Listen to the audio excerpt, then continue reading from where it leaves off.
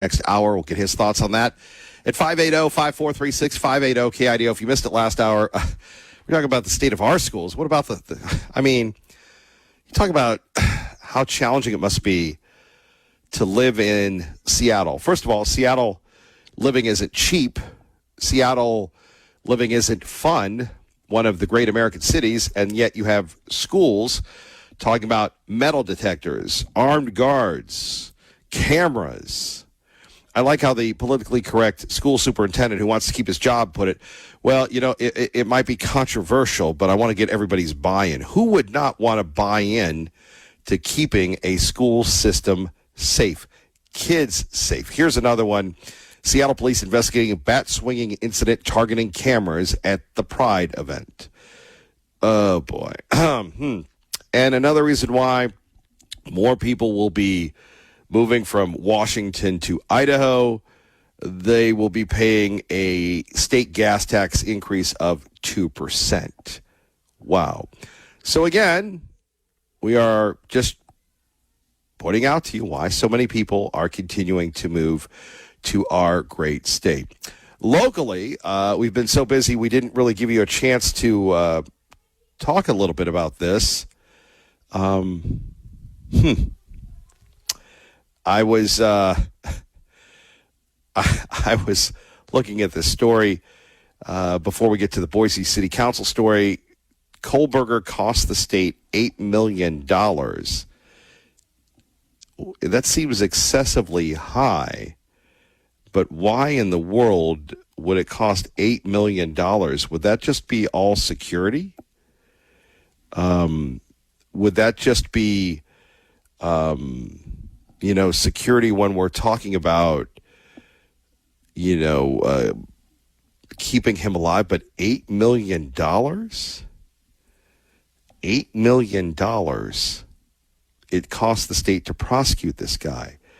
Could we not have done this a little cheaper? Could we not have done this a little more responsibly?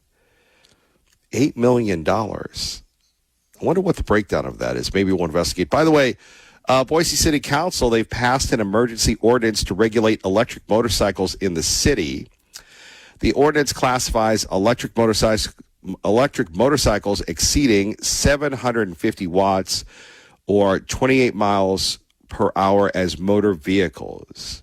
Have you been touched by the electronic bicycles? Have you been touched by the people that zoom in and out? Even in my cul-de-sac of comfort, as I'm getting ready to make another endless trip to the Albertsons, all of a sudden a gang of marauders showed up with their electric vehicles doing wheelies all the time, zipping in and out. And again, my Forester is not the biggest, but I'm thinking I don't want to hit any of these kids. And yet they are a menace.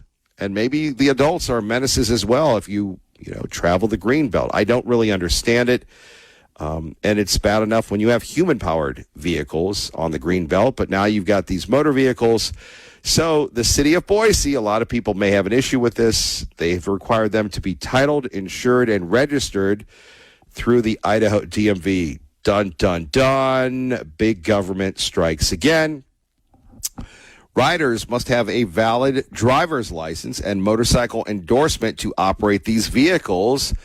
The move aims to address safety concerns and ensure that electric motorcycles follow the same rules of the road as traditional motorcycles. The ordinance will go into effect today. Wow. Now you talk about, hey man, that's pretty wild. That's pretty insane. They when they want to make something happen, they do. Let's go to Kohlberger here, shall we, Sweet William? Can you pull up that story for me? Here you have it. Investigation finds that Brian Kohlberger case cost the state $8 million. The Brian Kohlberger case cost Idaho a lot of money, with $55 million spent on his defense. I don't know. I don't know if that's a question for the Attorney General or not. I mean, if you get arrested, the state, I guess you get a public defender. but the public defender has like 75 other cases. Why wouldn't this be the same with Kohlberger?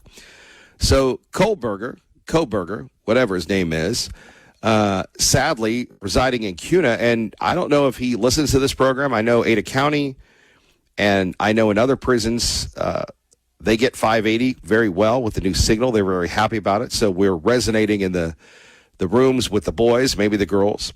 So $5.5 million spent on defending this guy, and then he pled guilty. Now, again, to be an attorney, you got to take the bar. To be an attorney, you got to know the rules of the court. You're an officer of the court.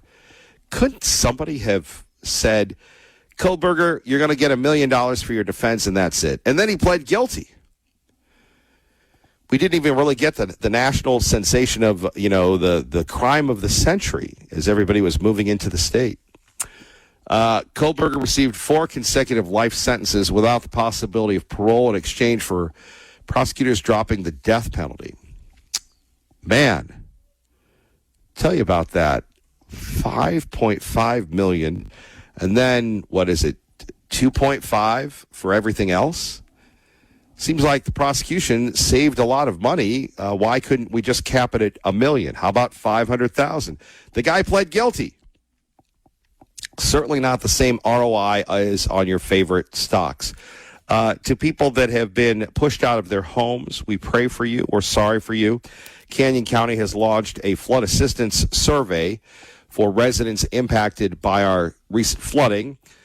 Residents want to fill out the survey to help assess unmet needs following the local disaster emergency declaration. Now, again, have we had people touring Canyon County?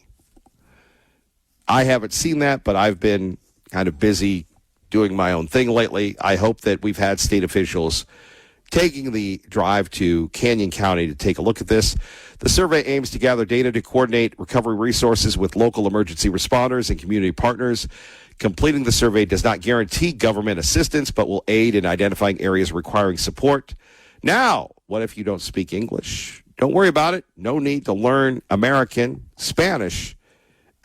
It will be published in Spanish to ensure that everyone who is American or non-American, can speak English, can't speak English, is going to be eligible for those benefits. Those are some of the national stories that, some of the local stories that are breaking through.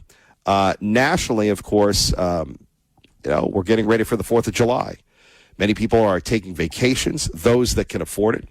Others are taking a look at things and saying to themselves, what can you do for the last half of the year, if you will? But quite frankly, we've lost an American icon. And I was going to launch a sneak attack on the Godless Corporation. And you're going to go, Kevin Miller, why would you bite the hand that feeds you? I ask that of you people that call into this program a lot. Why would you bite the hand that feeds you? But you do. You love to bite. You love to go droppity chop, chop, chop. And you sometimes draw blood. But part of my thoughts to the Godless Corporation is we just had the Boise Music Festival. Just an amazing, amazing time with the Boise Music Festival. And I wanted to take over the music festival because around the broadcast center, everybody always, pitches their ideas. I said, what about Debbie Gibson? And they all laugh at me. Well, this time I really had, I thought, the best ever headliner, and that would be the Village People. Look, you can say what you want. Even before Donald Trump, President Trump brought them back, you can't argue with the Village People. It's fun to stay at the YMCA. It's fun to stay at the YMCA. They have everything for your mental joy. They faded it out before they went to Al's favorite part, hanging out with all the boys. Now, if you had to really judge a song, an era of one of the greatest of all time, could it not be this one? It's fun to stay at the YMCA. Has anybody ever stayed at the YMCA? And again, because no one knew that they were gay, but they didn't. I mean, just the subtle thing. It was always about hanging out with the dudes. And, a lot of us were young in the 70s. A lot of us weren't born in the 70s. What was wrong with hanging out with the boys? It's fun to stay at the YMCA. They have everything for your mental joy. Again, shout out to Al in Ontario.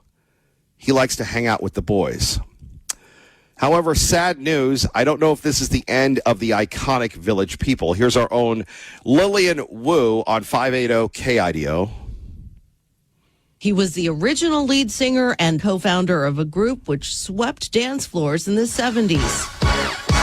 It's fun to stay. Victor Willis, frontman for the Village People, often performed as a helmeted police officer to some of the group's biggest hits, many co-written by him, including Macho Man in the Navy and YMCA. Willis left the group in 1980, rejoined briefly in 82. In 2012, he won a landmark ruling in a case which allows recording artists and writers to reclaim their work. In 2017, another reunion, remaining lead singer of the Village People till his death Tuesday at 74, after what the group said was a brief but aggressive illness. His wife shared a similar statement. Lillian Wu, Fox News. What I don't understand is he was only 74, so how young was he when he wrote Macho Man?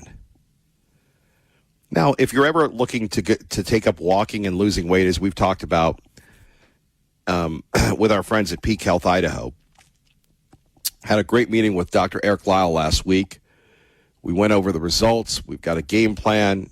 I just talked to my video guy, Rome. We have that video that we'll put on YouTube coming up very shortly, the shorts, a lot of post-production going on. But I was speaking with him about, proper nutrition and taking care of yourself. And if you want to live to your 70s or 80s, and just some of these tests that they put me through.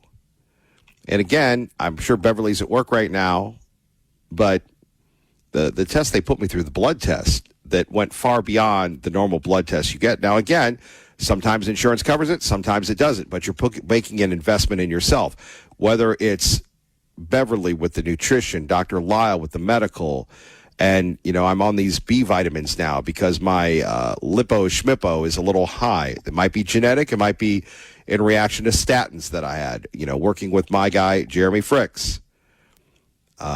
It's a team effort. And, we always talk about return on investment. And as I'm experiencing, and with Peak Health Idaho, you get that return on investment. There's stuff that I didn't know about myself. Sometimes I lived 58 years. I didn't want to know about myself. Okay.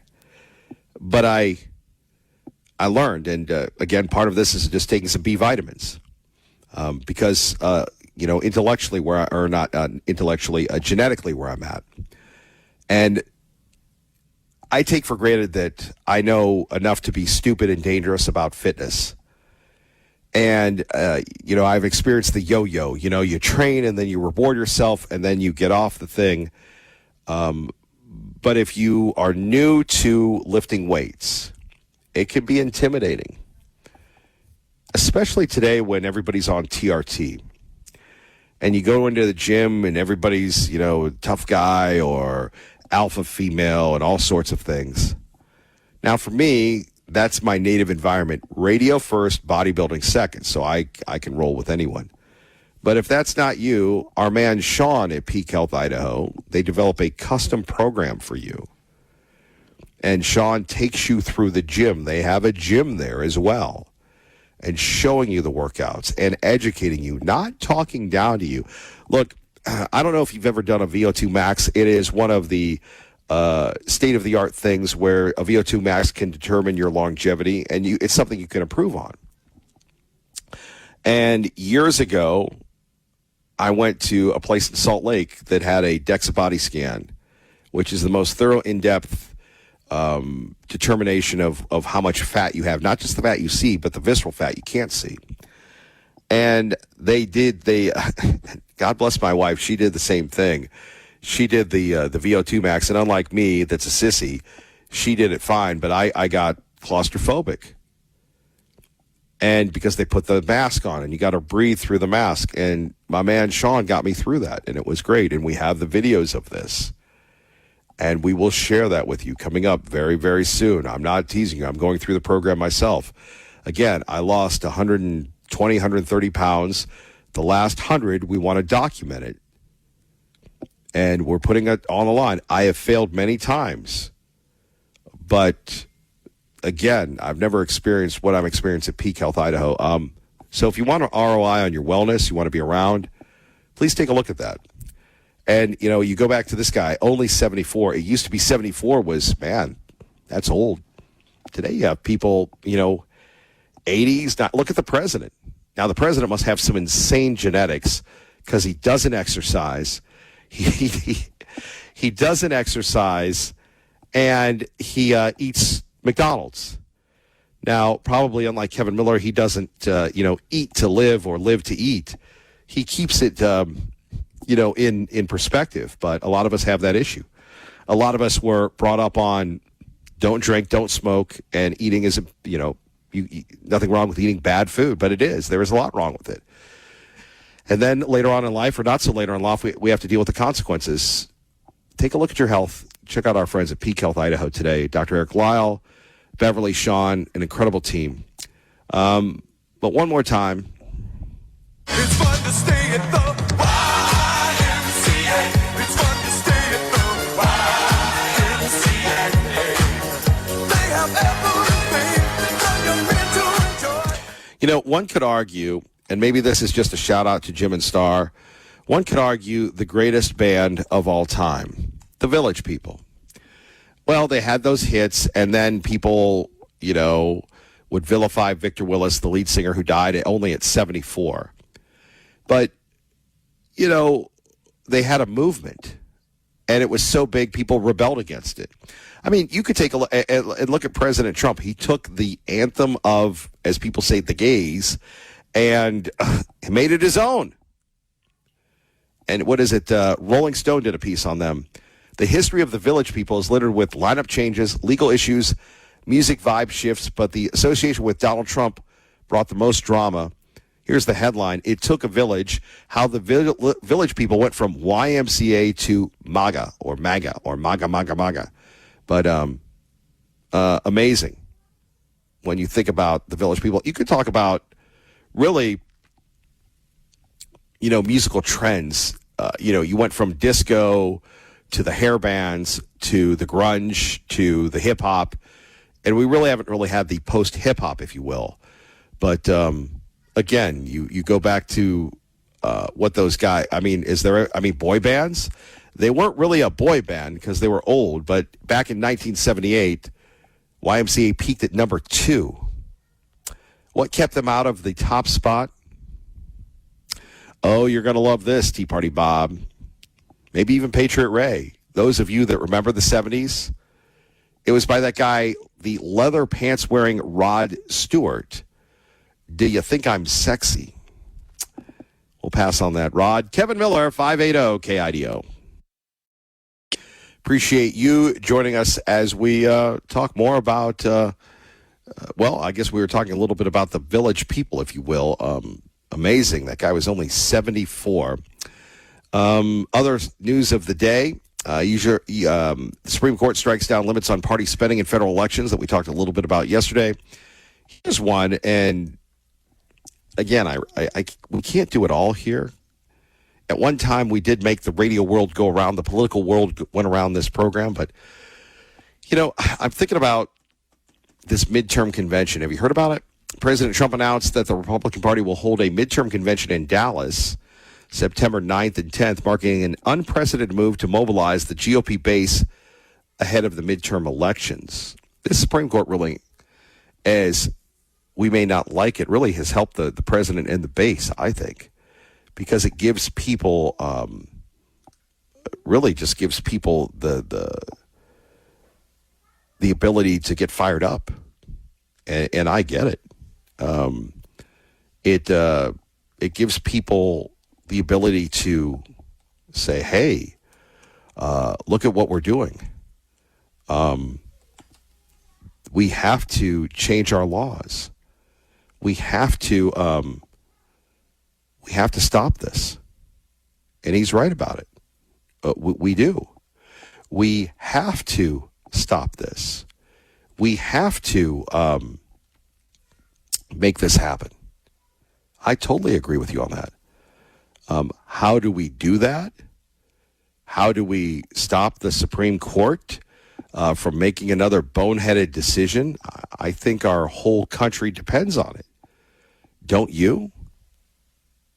Don't you, when you're looking at people coming in and just enjoying the free victuals that you paid for? Nobody wants to enjoy the free victuals. Nobody wants to be taken advantage of. And you have the same liberals that have condemned the Supreme Court, the same liberals that have gone after the Supreme Court, said they're going to load up the box and the Supreme Court is going to, be expanded. They're praising the Supreme Court. Doesn't that seem oddly hypocritical to you? It certainly does to me. But in our loss yesterday, as J.D. Vance said, and I agree with that. I agree with what J.D. Vance said. We were so close, and we're always so close. You know what I mean? But out of this loss, you're going to have people that are fired up and ready to go. And they should be fired up and ready to go. They should be saying, we have to save America. We have the Save America Act that, sadly, the Republicans have not been able to move the needle on, even though we have the Senate, even though we have the House, and we have the White House. Why can't we do this? I don't know. But that's why this midterm convention is going to be really, really important. Now, I am a homer. Wherever I've been, I've always done my very best to represent the place that I live, to bring in good stuff. Why not Idaho? One could argue there's no state, including y'all in Texas, that can match Idaho when we're talking about political dominance. Now, does everybody in Idaho get along? No, they don't. They don't get along, which is sad. In Texas, certainly it's a big market. Obviously, that Texas Senate seat is very important. I think it's going to be kind of neat because in the middle of, right at, post-Labor Day, you're going to have this crazy convention. And once again, you have to say he is the grand disruptor, our president. He is the grand disruptor. And we'll see how it plays out. I think the Republicans are going to need that. I do believe that this is a good sign that we have this issue, this big issue of birthright citizenship. And remember, people thought that it was going to be torn down. People thought that it was going to be whooped. People thought it was going to be whatever. But it wasn't. It wasn't it was close. And it shows you just what we need to do again and again and again to keep rolling again and again and again. And it's very easy to be, how should we say this, bummed out, sad, but we shouldn't be. More coming up next. Kevin Mill in the morning, KIDO Talk Radio, brought to you by our friends at Team Mazda. We also think that it was a major, major mistake, as Justices Alito and Thomas pointed out. One of the things that might invite, Laura, is people to come here quite literally on a vacation, give birth, and then all of a sudden the child and their family have the full benefits of American citizenship. It's just a preposterous ruling, and the absurdity of that outcome suggests why the Supreme Court should have went the other way. Now, I know a lot of conservatives, Laura, certainly the people that I'm talking to, that you're talking to, are extremely disappointed in this. I do actually think there's a really big silver lining here, and that's the simple fact that a lot of legal experts expected this case to go the wrong direction by 7-2 or even 8-1. The fact that this case was a 5-4 decision effectively means that the concept of birthright citizenship, which is an absurdity to the 14th Amendment, that concept is hanging by a thread. And so what I take from that is, yes, we've got to fix the immigration system even more. We have to be even more aware of who's coming into our country to make sure that they're not benefiting from this atrocious Supreme Court ruling. But it also means that we have to keep fighting, Laura, because we actually have an opportunity to reverse this decision, just as we've reversed so many bad decisions throughout the generations. There we have it, the vice president with our own Laura Ingraham breaking it down here. Kevin Mill in the morning, 580 KIDO. Now, what about the birthright citizen debate? Is it going away? So let's be clear. There's not going to be any change, despite what Trump said, before the midterms in Congress. There's also almost certainly not going to be a change before the next presidential election. But this argument is not over politically. And that's because J.D. Vance, who is very close with Stephen Miller inside the White House, any GOP candidate is going to run on the same thing this next presidential election. And this is just the beginning of the debate. I mean, I remember back in 2008, you had Republicans running on a wall, building a wall on the southern border, and they were met with guffaws. I actually think this is the beginning of a debate over this, and even potentially a debate over constitutional amendments or legislation. Can I just say something on that? Because I do think that J.D. Vance will run on this, and I think that is what it will be required in a Republican primary. But birthright citizenship, it polls in the upper 60s. And I think that if you were asking a voter in a battleground state, I think that they will tell you, listen, Trump delivered on closing the border. Trump delivered on making sure that he was doing everything he can to keep the bad guys out. But I don't think that they agree with, for example, overturning birthright citizenship or Congress doing something about that. And I don't think they also agree with... Well, she's a Democratic operative, and we'll get back to that in a minute. But, you know, and it's always the failures that lead to great victories. And let's just say this, you know, we're in the malaise of the war with Iran. We're doing our own thing, minding our own business. We're worried about the midterms.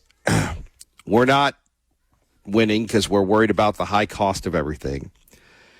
The libs and their socialist loons are taking over. The media trying to once again beat the unbeatable Donald Trump. And what have we found out? John Roberts, Amy Coney Barrett disagreed with us. They decided to go with the loons. Birthright citizenship, a big thing. And to blow that up, obviously Roberts wasn't going to go that way because he believes, you know, whether the law is wrong or not, he believes in stability. Always has and always will. That's why we have DACA. That's why we have gay marriage. That's why we have Obamacare. Whether factually it's correct or not, Roberts is going to preserve what has already been put in place, which seems odd if the law is absolute. But then again, you have the people that read the Constitution strictly, and then you have people that kind of run wild and free. And that's sometimes the Chief Justice of the Supreme Court. That's just his opinion. He has a very powerful opinion, and we see that. We've seen that with a lot of close losses. We've also seen that with a lot of blowout victories. And the fascinating thing will be when Roberts goes, who will be the chief? You know, we've been very fortunate that we've had the chief. We've had Rehnquist. We've had Roberts for most of our adult lives. A liberal chief would be tough to overcome. A liberal chief could really derail the country and go into really Venezuela Looneyville. Something to consider as we continue to ponder our existence. But what this decision does is fire up the base and going, our job is not done yet. Because how in the world can you come into a country, have a kid, and then, as others have talked about, and we've talked about, you could have a kid that, you know, is, and Alito referenced this, that can go back to whatever country hates America. They can breed him to hate America. They can indoctrinate him like the terrorists indoctrinate people. You could have somebody who's the son of a mullah come to this country, have a kid, go back home, soak up all the hate America stuff, come back here, probably get a scholarship to Columbia or Harvard or Pepperdine or USC, and become a giant sleeper cell. what was that book, the Manchurian Candidate? No, we're not talking about drugs. We're talking about and all within the system. You go back to Nazi Germany, and Hitler did not seize power. Yes, they intimidated people. Yes, they beat people. Yes, they were horrific. But he won the election. And when you take a look at the Chinese tourism and everything else coming in here, it's just plain wrong. If you're not going to eliminate it, there has to be requirements. Trump sort of taking away legal status of almost 1 million people through TPS. And so I think this will be an interesting place that, whether it be J.D. Vance or Marco Rubio, they're going to be playing to their base in a Republican primary. But I think what will be interesting is what happens in a general election. People signed up for taking out violent criminals. They didn't necessarily sign up for this. No, it's amazing. Even though she has a very annoying voice and not very telegenic, she does have that hidden charisma, that Democratic operative. Something you won't hear anywhere else. CNN getting ready for their new daddies. Apparently, it's not looking good for the Democrats taking over the Senate. Greg Ferreira. Okay, so what's the simple math here? Democrats need a net gain of four Senate seats to regain control of the upper chamber in Congress. And right now, the math, simply put, isn't there for them. That is the picture. And I want you, it's just, it's a math problem. It is a math problem. 2026 Senate poll margins. Okay, Democrats need a net gain of 4. Okay, you get 1 in North Carolina. But then you got a bunch of red on the screen. Now, these are close races, but you got a tie in Texas. Then it's +2 in Iowa for the Republicans, +2 in Alaska, and then +3, if we can make the circle there, in Ohio. So that gets you 1 seat, but of course you need 4 seats. And on this board, red, close races, and a tie. You're at 1. You're not yet to 4. I mean, the good news for Democrats might be they're close in Texas, Iowa, Alaska, and Ohio. But again, it needs to be 4 of these that are blue. Yes, I love this. It sounds like they're cheering with their nasally voices. At 580 KIDO. So in North Carolina, the Republicans need to pull out of there. Roy Cooper, and I think Buck was ripping Roy Cooper. Dude, Roy Cooper is beloved. He's not a liberal wacko. He has been a statewide governor. He's been a statewide attorney general, going back to the time that I ran in that territory. So over 20 years, is that right? Yeah, at least 20 years. And even before he was elected statewide, he was known. He's a known commodity. You can't buy that type of equity. And he's not a liberal loon. He's a Democrat that you could get along with, allegedly. And then you think and I do think it would have been a lot closer if Kamala had gone with Roy Cooper as opposed to Waltzy Waltz. Cooper's not a kook. Cooper is a very relatable dude, and he's a Democrat. Maybe one of those old blue dogs or a guy pretending to be a blue dog, but having met with him, covered him, hung out with him, there's no way they're going to win North Carolina, Texas. This is the best they're going to do. The Republicans will come home. Too much money. Talafrico is too freaky. That ain't going to happen. Iowa, not going to happen. Democrats have not been elected there in quite some time. We move on to Alaska. You may not like Murkowski or the other people, but it's one of those quirky states where you don't have to be the most conservative, which helps you. And then Ohio, where all good things come from, that would take a lot. And I do believe that this Supreme Court ruling is going to help us because now people are mad. People are upset, and they've awakened the great conservative base. People need reasons to be motivated. Then you throw in this midterm thing. I'm going to tell you that midterm thing is going to be very, very well. Now, people are reacting to the Idaho ruling. Remember, coming up in about, a little less than 20 minutes, we're going to have the Attorney General joining us. So let's break it down. People are mad. Okay. The Supreme Court recently ruled in favor of further discrimination against transgendered students by allowing states to ban trans students from participating in school sports that align with their gender identity, not their gender birth, apparently. The decision made in the cases of Little versus Hecox and West Virginia versus BPJ disregards Title IX protections and equal claims for trans students. By the way, no, it doesn't. Title IX was there to protect women and women's sports. And it's so ironic, so weird, so crazy when you think about this. So you can't play sports. Are you going to take your ball and bat and go home? Transitioning is a life-changing decision. Transitioning and playing sports, why add that level of cortisol? Sports is a privilege. It's not a right. And oh, by the way, remember, the people that initially sued Idaho knew this case was a loser and tried to piece out of it. But the Supreme Court wanted to set the precedent, so they kept the case going. 580-5436, 580-KIDO. Phone number's here, 580-KIDO, warning the death of the lead singer of The Village People. Tough one when you think about this. Phone number's here, 580-5436, 580-KIDO. We continue to look at the Senate. In order for them to retake it. Now, there's one state that you did not put up here. No. That's Maine. That is Maine. Maine, which we've had a few Senate polls the last couple of days. And what do you see here?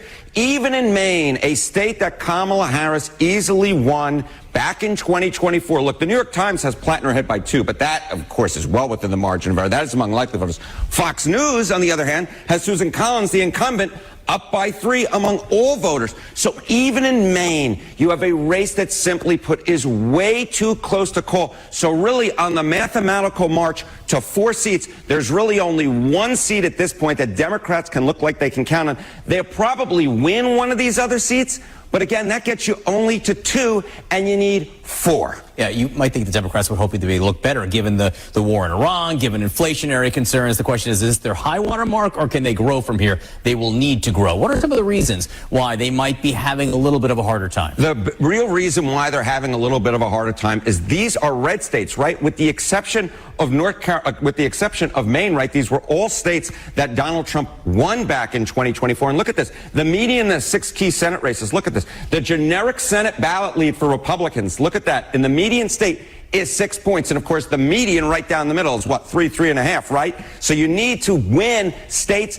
in which the generic Senate ballot lead is Republican plus 6, and then say the Dem Party is too far to the left. Look at this, 53%. So these are states that are just very hard to win, because bottom line is what is holding them back is the fundamentals. And when you put it all together, Johnny B., and you look at the prediction markets, which I think really can sort of put this all together, chance to win the Senate. The Republican chances, as you noted, John, the environment is getting a little bit better for Republicans. On May 1, Republicans had a 51% chance to take back the Senate. Now it's a 59% chance. Look, Democrats have a shot here. There are seats on the table, but the fundamentals are against them. And that right now, they're only one of the seats where they need to be. The mathematical problem is there for Democrats at this point. They simply put have a statistical math problem.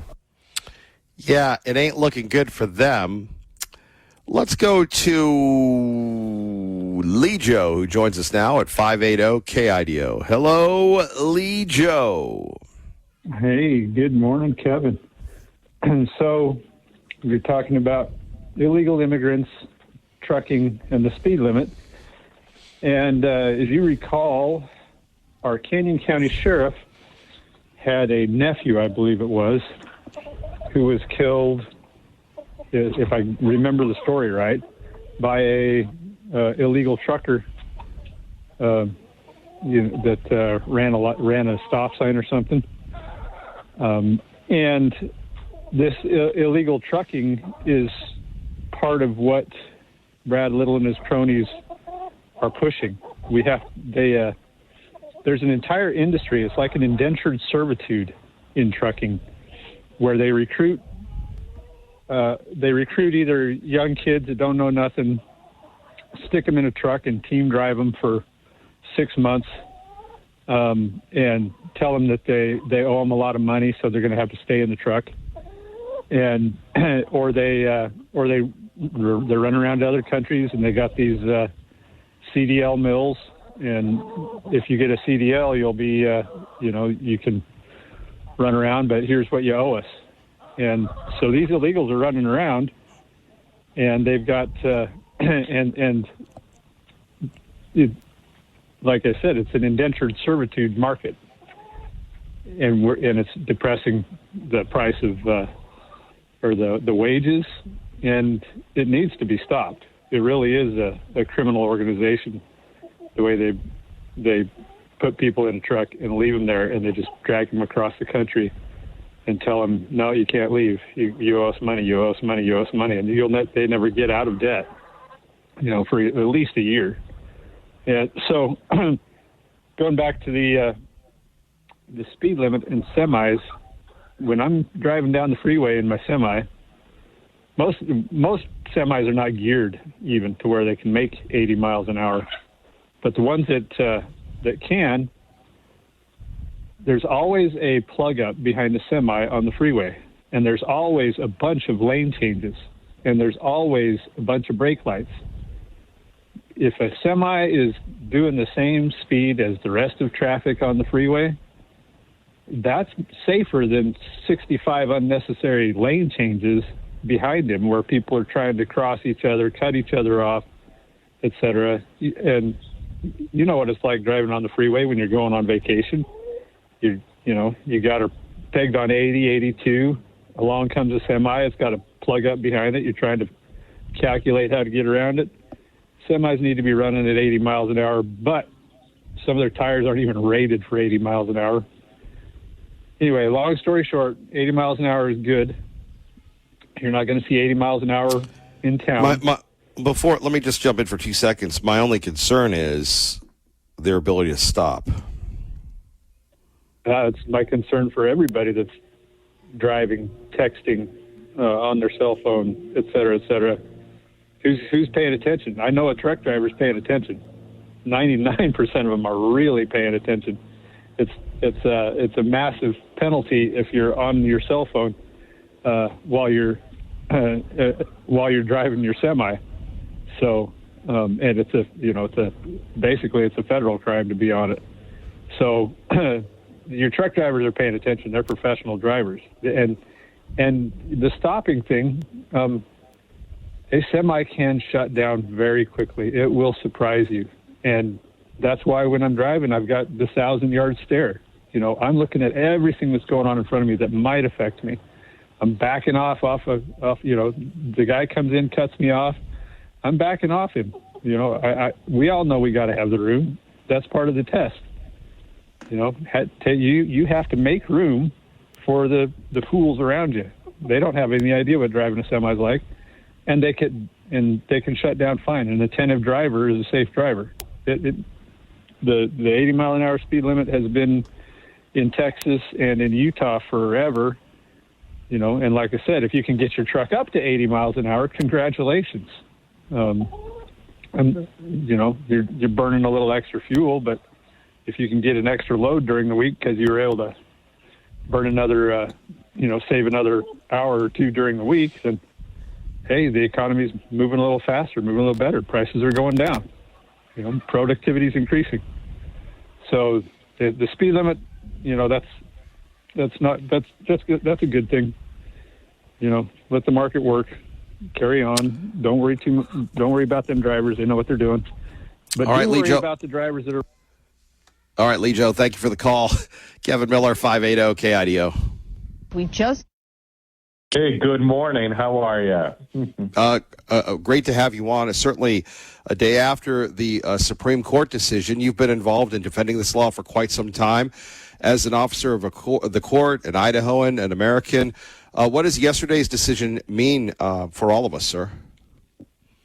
Yesterday was a great day for Idaho, great day for girls, great day for the nation. I think the Supreme Court did a terrific job with this decision, and I think of the countless girls and women who've been fighting this issue for so many years, and that they felt so alone 7 or 8 years ago when they thought nobody was listening to them, and now the Supreme Court has affirmed what they were doing, and we're excited for them, and we're excited for the people that have fought this fight. You take a look at yourself and others. Idaho has been in the lead position of defending women's sports, girls' sports. We have been. If you remember, 6 years ago, the state of Idaho was the first state in the nation to pass this law. At the time, it felt like all hell was breaking loose. The NCAA said that they were not going to hold tournaments in Idaho anymore if this law was passed. Businesses were telling Idaho, that they were going to boycott Idaho. People were being threatened. People were feeling alone. The legislature was not sure they wanted to pass this.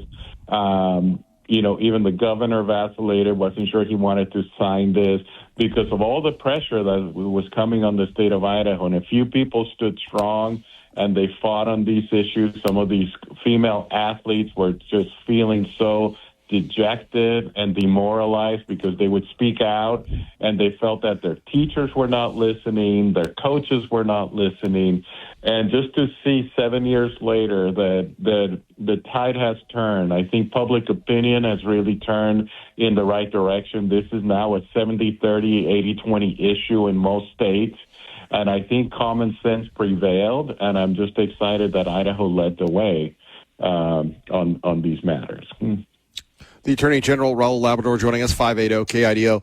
And yet we have the left saying that people have been denied access. The libs are going crazy, talking about the dangers to people that are transitioning. While on the other hand, Riley Gaines, as you know, you've known her for years, was threatened. Other people have been threatened. There have been a lot of threats. And, of course, physically, there's a great difference between men and women playing sports. It's just a scientific fact. And if you read the opinion, I think the opinion was really clear. And I think unlike other decisions that are hotly contested, so you have a small, loud minority complaining about this, but I think the reality is that on Title IX, so the decision yesterday had two separate holdings. On Title IX, all 9 justices said that Title IX protected girls in sports. The question that was undecided, that was more difficult for the liberal 3, was whether the Constitution required protection of transgender athletes. And they didn't say that it did. They actually, the 6-member majority said that the Equal Protection Clause does not require states to allow boys to participate in girls' sports. The 3 liberals said that they just needed more information. They didn't say that it violated the Constitution. They just said that they didn't have enough information to make a decision and that the majority was making a rushed decision. So I don't think the majority of America is upset about this. I don't think the vast majority, even common sense liberals and moderates, are looking at this and saying, thank goodness the court made this decision. Let's move on to more important issues now. What I always love about speaking to you is hearing your firsthand experience of participating in our governance at the highest levels as a congressman, a founding member of the Freedom Caucus, a very different world than the world we live in today when you were fighting Obama and Eric Holder. But can you take us into when the Supreme Court heard the case, you representing the state, and you and others got an intimate role of how our founding fathers determined how our laws would be determined firsthand with this Idaho case? So I'm going to take you back to before I ran for Attorney General. If you remember, the prior Attorney General in the state of Idaho had issued an opinion saying that this law was potentially unconstitutional. I was in private practice at the time. I had left Washington, D.C. I had come home. I had, run for governor, was not successful. I thought I was done with politics. I had served the people of Idaho, I thought, well, for 8 years in Washington, D.C., and I just could not believe that the Attorney General of the state of Idaho was actually siding with the wrong side on this issue. And the Alliance Defending Freedom was representing a few athletes in Idaho, and they needed a local attorney. So I was actually local counsel for those athletes before I became Attorney General. And I got so frustrated with the defense that the state was providing in these cases. Obviously, the ACLU was using the opinion of the former Attorney General in their filings. There was Exhibit A of all their filings saying that the law, they would say even the Attorney General thinks this law is potentially unconstitutional. Imagine how good that was for us in court. So I decided to run for Attorney General. This is one of the main issues that I decided to run for Attorney General because I didn't think the Attorney General was doing a good job defending the laws of the state of Idaho. And I made a promise to people of Idaho that I was going to defend the laws of the state of Idaho completely, fully, and aggressively. So being there at the Supreme Court, I was so proud that, we had lost at the state had lost at the federal district court.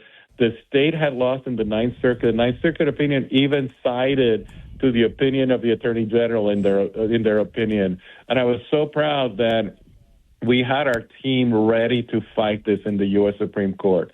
If you remember, I created an office of Solicitor General when I became Attorney General, and I had my solicitor who argued the case before the court. It takes, a lot of people ask me, why don't you argue the cases? It took him about 1,000 hours of preparation to prepare for this case. Because you have to be so well prepared. You have to know each one of the individual justices. You have to know what questions they're going to ask. You have to know the law backwards and forwards. And I can't spend 1,000 hours just working on one case. I'm running the entire office of Attorney General with 120 lawyers, 100 staff. We represent all the agencies, all the constitutional officers, the legislature. We have so much going on. But that's why I created an office of Solicitor General. So we were prepared for the moment. I thought our Solicitor General, Alan, did a fantastic job, and I think he well represented the state, and it was shown by the decision that came out yesterday. What was that like, though? We all have the civics classes of, reading about Hamilton and Madison, the Federalist Papers, creating the system that we have, and then hearing the arguments before the Supreme Court. Obviously, perhaps that, you were in the middle of it. You couldn't really look at these justices debating the law that you and your office was defending. A great moment in Idaho and American history. It was a fantastic moment. I mean, this is so far the highlight of my career. Is a tremendous victory for Idaho. And I just had the opportunity to travel back east. I went to Boston, and I've been obviously to Washington, D.C. many times. And I walked where our founding fathers in Boston, walked. I went to the places where some of these debates were had, and I read about the history, and I studied the history, the things that were happening before the celebration that we're about to celebrate, before the July 4th celebration, before they declared our independence. All these events happened, the Boston Tea Party, all these different things. And what we were fighting for was the right of individuals to be protected, to be safe. We were fighting for liberty, for justice, for safety. And we were fighting for the states and individuals to be more powerful than the crown. That's what our whole nation was created about, is that we turned away from the crown being the supreme leader of a nation or of a state, and saying that the individual states could make their decision. That's what I love the most about this opinion. If you read the opinion from the Supreme Court, it just made it clear that it was not for the courts to decide these issues. It was for the states to decide these issues. And that the state of Idaho had a right to decide that they were not going to allow boys to participate in girls' sports. And that's what our founding was about. That's what our entire nation was about. That's what our Declaration of Independence, what our Constitution is about. And these are the issues that I get to fight every single day, and that's why I love what I do. The Attorney General, Raul Labrador, joining us. Kevin Mill in the morning, 580 KIDO. So the fallout of this decision, we've got people opining, we've got the local people giving their views. Where do you think this goes? Does this settle once and for all? And I really, really appreciate you talking about and you going in detail, sir, about how the rest of the world piled on Idaho because the state and you and others decided to protect girls from boys playing in women's sports. So I think on this issue, it's firmly decided that a state can decide. I think the next battle, there's a few lawsuits that we're not a part of, where girls that are in states that have not passed these laws are saying that Title IX is being violated by allowing boys to participate in girls' sports. And I think that's an important issue that the court's going to have to decide. I do think little by little the NCAA and other governing bodies are probably going to start seeing the common sense in separating boys from girls in sports. And hopefully we don't have to have another Supreme Court case. Hopefully common sense will prevail and we'll move on to a new issue. But what you'll see is the state of Idaho, our athletic teams are going to have to decide in some instances, like they did last year, if you remember. Boise State boycotted a couple of volleyball games. You know, our athletic teams may start putting pressure on these schools and saying, look, we're not going to come participate in competition where boys are participating in these athletics. I mean, I particularly think of volleyball. You think of the young athlete who was hit in the face very hard by a volleyball when a boy hit it in her face, and it shattered her eye socket. I mean, there's some real damage that can happen in wrestling. You're seeing, you know, boys competing against girls. You know, wrestling is such an intimate sport. And I think it's such a violation of a woman's privacy. So all those issues, I think, are going to have to be litigated. And I hope that before litigation, that the states reconsider and they just decide, you know what, we need to just agree with the majority and move on to other more important issues. Attorney General Raul Labrador, thank you again, sir. Anything else that you'd like to share with us today? Well, I'm just excited the Supreme Court confirmed that states can, you know, preserve fair competition and protect the opportunities that generations of women fought to secure. And every parent in Idaho can rest assured that our law protects their daughters competing in Idaho. So I'm excited, and thanks for the opportunity to talk to your audience. You know, you've got the number. You just tell us when you're ready, sir. Anytime. Thank you so much. Always great talking to you. Thank you, the Attorney General Raul Labrador, talking about the Supreme Court. And when you think about, well, we'll get to that in a minute. Let's take a quick break, very quick. 580 KIDO. Speaking with the Attorney General, and I'll tell you, he is such a good story as far as living the American dream, coming from, like all of us, very humble origins, but yet representing the state of Idaho, and then talking about running for the governorship. And if you weren't around in 2018, hard to believe that was almost 10 years ago, you had, and the only reason why I keep mentioning what we've done in this program and what you're a part of is because we went the distance. I got, and again, if we had people in the state that were politically astute in the media, they would have gotten this. But I said, dude, this is the big enchilada. This is going to define the state forever. You had the sitting lieutenant governor, backed by the 3-term governor, and backed by the business and everything else.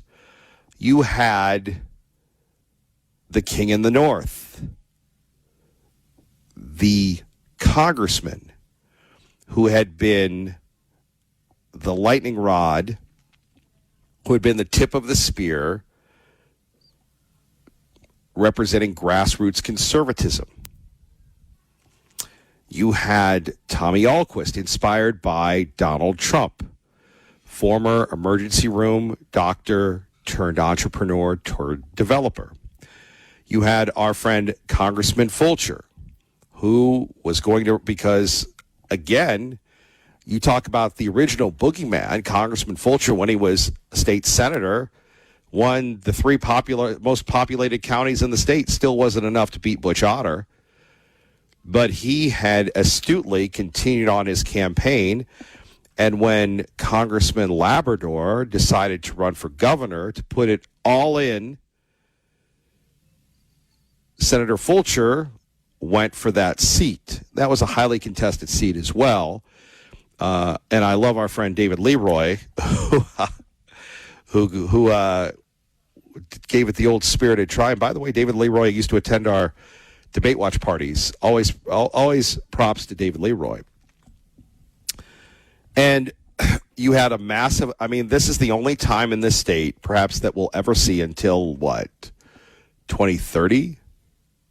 Yeah, 2030, the next governor's race, where you had a massive amount of spending on negative ads, people making things up. I mean, you had both campaigns, the Alquist and Little, attacking Labrador. And again, a grassroots campaign, a sitting congressman, you're at a disadvantage. So what we had was, again, a ton of money being spent. Those two intelligent, gifted men, those three that went at it. And in the end, you had the governor prevailing, or lieutenant governor prevailing, followed by, I believe, now the attorney general, and then Tommy Alquist, Dr. Alquist. The fascinating thing is when he said he thought he was done with politics, there are certain people that are in politics and in governance because they're political animals. And there are other people, as I like to call them, the true believers. They may be done with politics, but politics was not done with him. He became chairman of the Republican Party, and then he beat a, 4 or 5 term incumbent. He was such a danger to the Republican Party establishment. You had prominent Republicans backing Arkush. And again, there is a formula, and it doesn't work all the time, but if you were going to defeat then Attorney General candidate Raul Labrador, there's a formula.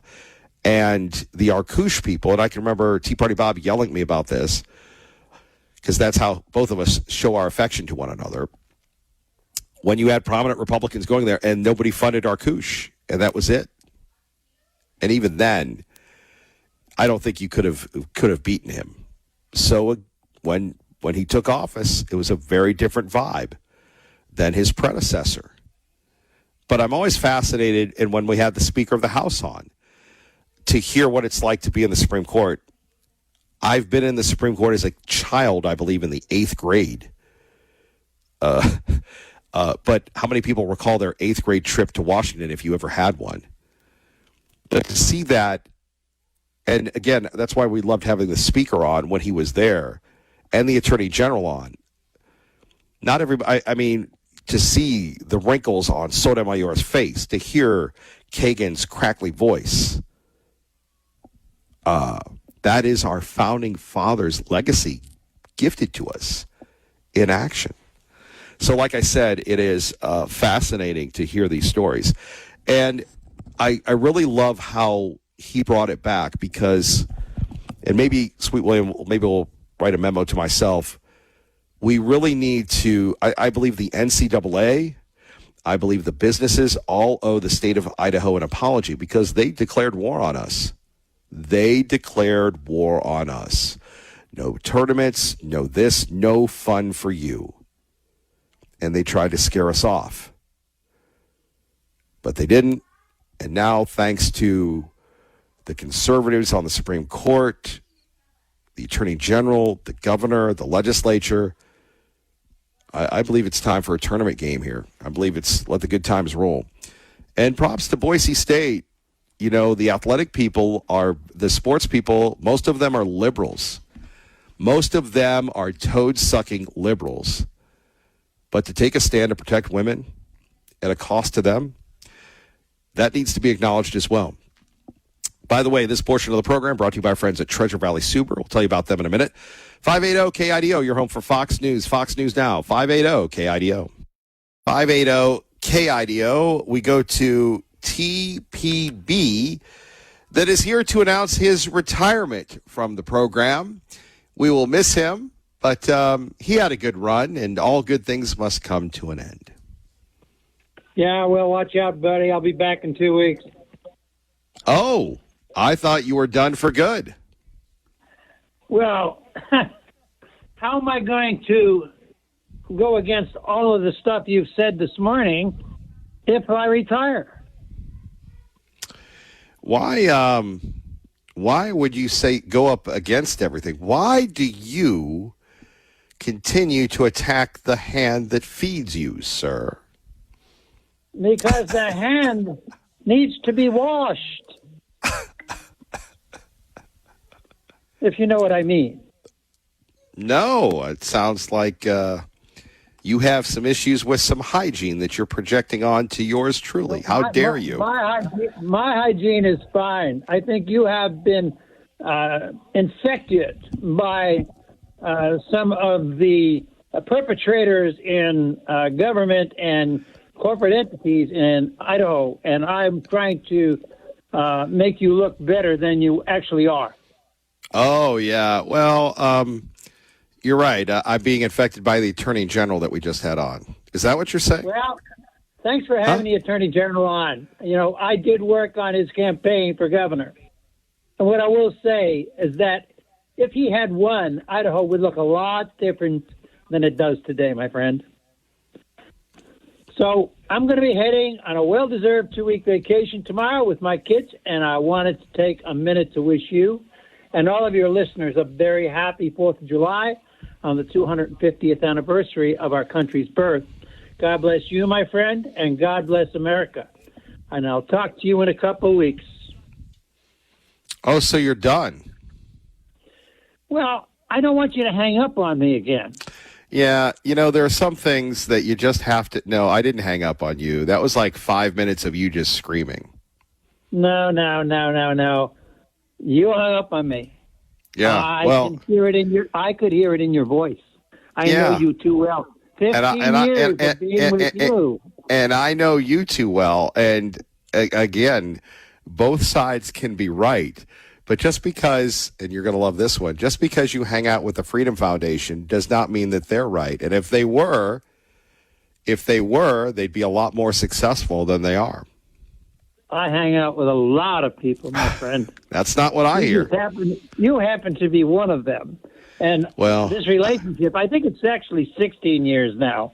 It is. Has been very fruitful for both of us, I think.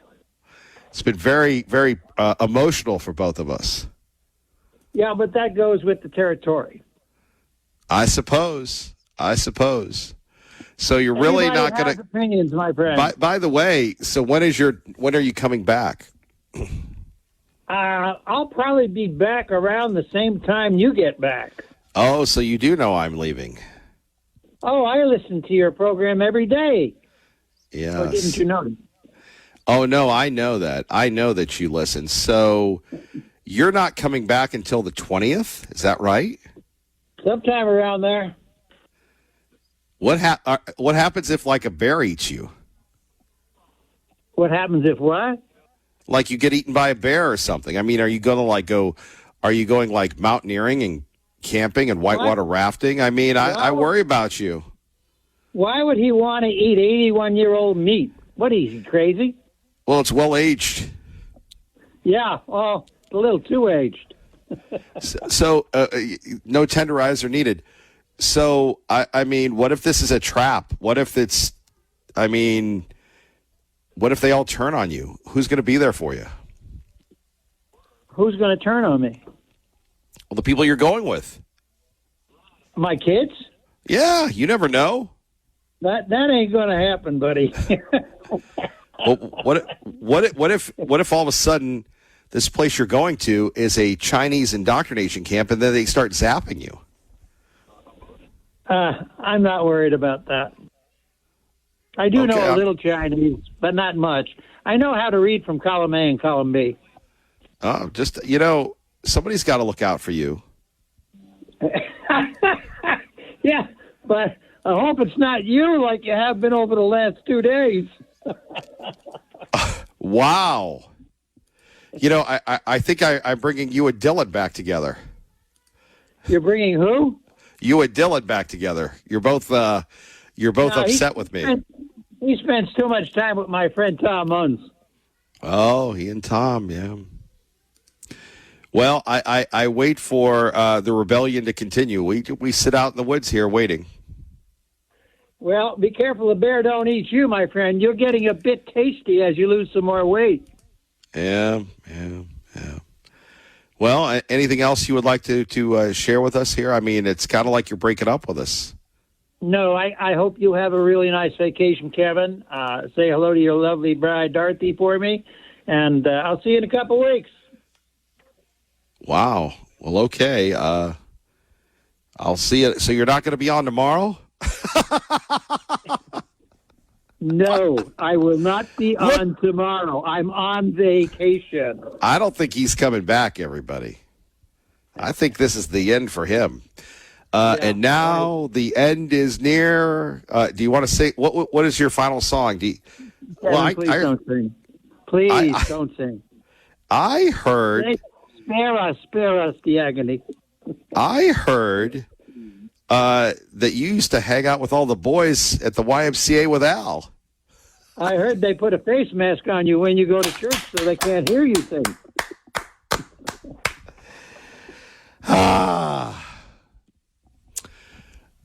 Tea Party Bob, you enjoy your vacation, and are you going to unplug? You're not going to be involved in anything? I'm going to be totally unplugged. I don't think you can make it. Oh, yeah, I can. I've been trying to do this for a couple of years now. It's going to happen now. What about Mike? What's he going to do without you? Oh, Mike's going to watch my house for me, so I don't have to worry. Oh. Well, do you have cameras on to make sure he's not having parties and stuff? No, it's not like having, somebody I don't know here. Okay. Well, all right. Are you telling us where you're going? No. Well, And you think all I'm right. stupid? I'm with you.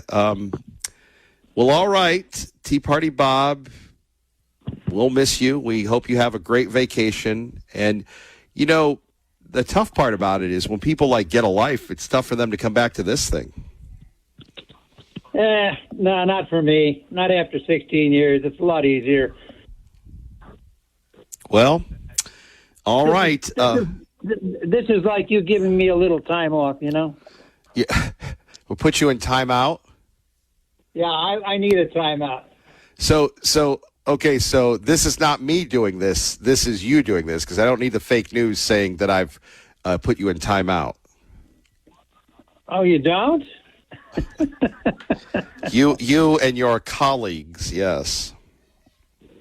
Yeah, me and my callers. Yes. All right, TPB. We love you. We'll miss you, but we're very, very, very sincerely happy for you. Well, I thank you, my friend. I hope you take care of yourself. Enjoy your trip to the coast. Well, we've got to get there. My motto at work, all I want to do is get to my vacation. Words to live by. Attaboy. Yeah. Well, remember the one year the guy yelled at me the day before I left, ruined my whole vacation. Remember that guy? It wasn't me, was it? No, it wasn't you. He was so mad at me, he started cutting himself literally in front of me, bleeding. Wow. Oh, glad that guy got the boot finally. Yeah, you don't want to get cut with the knife I carry around. Well, no, he used his fingernails. I had driven him to that much of a craziness. Wow. Yeah. See, that shows that I'm right. You can drive people crazy. Yeah, it's a short trip with some. Yeah, and a much longer one for others. Well, I hope to hear from you offline if you're available. So, well, I'll be texting you to let you know what a great time I'm having. Please do, and if you could, don't be like liberal Stephen. Don't text me any pictures without your shirt on. He does that quite a bit. No, you don't want to see any pictures without my shirt on. You'd be envious. On that note, TPB. Yes, we'll let you go on that one. You could tell I'm going to miss you. So we thank you. We appreciate you. Have a great vacation. Take care. Stay out of trouble. Talk to you later. Bye-bye. There we have it. TPB is out. Will he come back? I don't know. We move on, talking about American citizenship.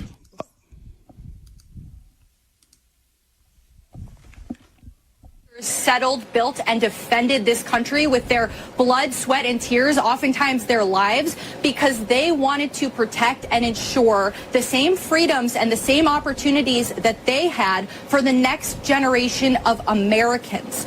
Not for any foreign citizen who could buy a plane ticket, come to the United States moments before giving birth, and somehow receive the same responsibility and the same benefits as any other natural-born American citizen. I mean, call me crazy, but I don't think a Chinese citizen should be able to come to the United States, give birth, take that child who is now somehow a natural-born American back to China, and that kid is one day eligible to be president of the United States and commander-in-chief. So the fight is just getting started. American citizenship is worth so much more than a cheap plane ticket or a last-minute border crossing, and the American people can rest assured that President Trump isn't giving up on this anytime soon. He knows that being a natural-born American citizen is the most sacred right that we have in our country. He will defend it, and the fight is just getting started. Yeah, Abigail, you talked.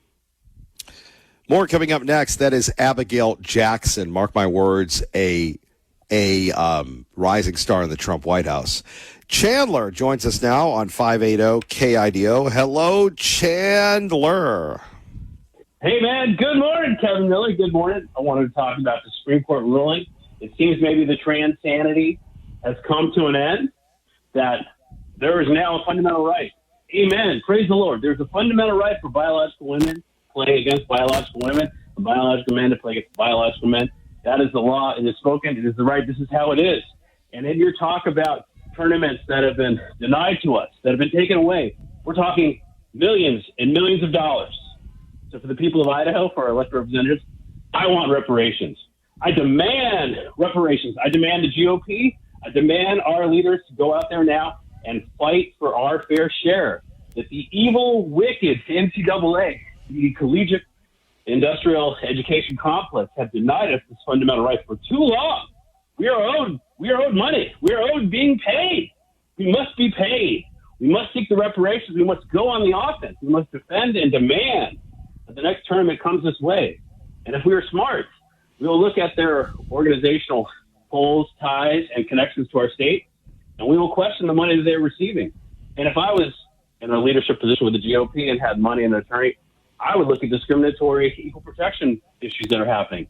And to top it off, what I would do, I would team up with our Muslim brothers of faith, who the Quran is very clear about, women with women, men with men. It's a religious thing. And so I think you put that with the religious fundamentalism, and a few imams in there calling everybody Islamophobic, shouting down these pink, blue-haired, junior land whale neo-Marxists. I think you got a winning combination. You can steamroll this. Look at what the left did with gay marriage. They started at a statewide level.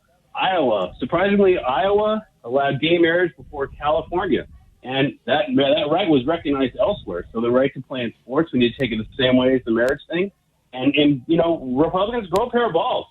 I remember when Gavin Newsom, in open defiance of the Supreme Court and in defiance of the state of California, started issuing marriage certificates to gay couples in San Francisco. He just did it, and he did it. And guess what? Once he did it, well, the courts were wimpy, and all those marriages that happened during that time before he actually was forced to be shut down by the federal government, those marriages stand to this day.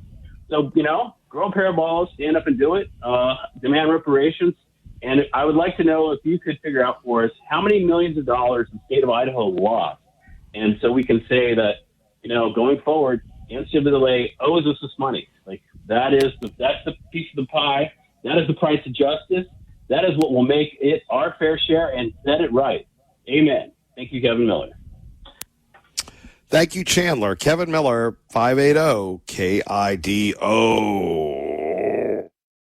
However much we might disagree with that, this is abolishing the police. This is let criminals run amok in your cities. This is flood your country with low-wage third-world immigrants. And importantly, it's confiscating wealth not because we want to make anybody's life better, but purely out of resentment, out of an attack on the people who have that wealth to begin with. It really is something we haven't seen in the United States of America in the history of our politics. And Laura, I think that it actually is a consequence of the fact that the Democrat Party has become run by the universities and by the professors. This is not working class union Democrats. This is not socially conservative people who just want a fair shake at life. This is fundamentally a view that the United States is an evil country that must be dismantled from the ground and then built back up. That's communism at its core, and you see more and more momentum in that direction from the Democrat. There we have it. J.D. Vance breaking it down. J.D. Vance attacking the wealthy. If you've ever read any of the wonderful history of our country, and I was explaining the Civil War, and a lot of people in the West, you know, it was Lewis and Clark, Lewis and Clark, Lewis and Clark, Lewis and Clark. Okay. It was Custer and Little Bighorn. But the Civil War, I with all due respect to the founding fathers, I'll show my bias. That's what I'm about. I just, if you have the Prime, they have these old movies, and for $8 I bought Gods and Generals, which is a very long, dry movie. The precursor to Gettysburg, and put on by, God rest his soul, Ted Turner. I mean, he produced these things, and because he a Southerner in the Civil War and the mythology of the Lost Cause and everything else. But back to Turner and these projects. And, I've got through, it's a 4-hour show. I've got through like the first hour. And it's, it was a Manassas. And in the North, they call it Bull Run. And now they're going to Antietam and everything else. But the history of going back and studying things, what we're seeing now with the rise of these socialists, with the rise of these anarchist Democrats, is what was going on in the 1920s and the 1930s in America and throughout Europe. As I've said before, you can get a free subscription for a week or a month to PBS and Masterpiece Theater. And I don't know if Jonathan Savage ever finished Riley, Ace of Spies. It is so worth it to go back to a series that was in 1981. And it's a docudrama based on a real-life guy that James Bond was based off of. But the point is that you get such a vibe of European history and how close the Bolsheviks, the communists, came to taking over England and Europe, and social democrats, and how they, wanted to, it was like the French Revolution on steroids. Now, anybody that has seen the Soviet Union collapse knows that communism doesn't work. Perhaps a hybrid form of communism like we see in China.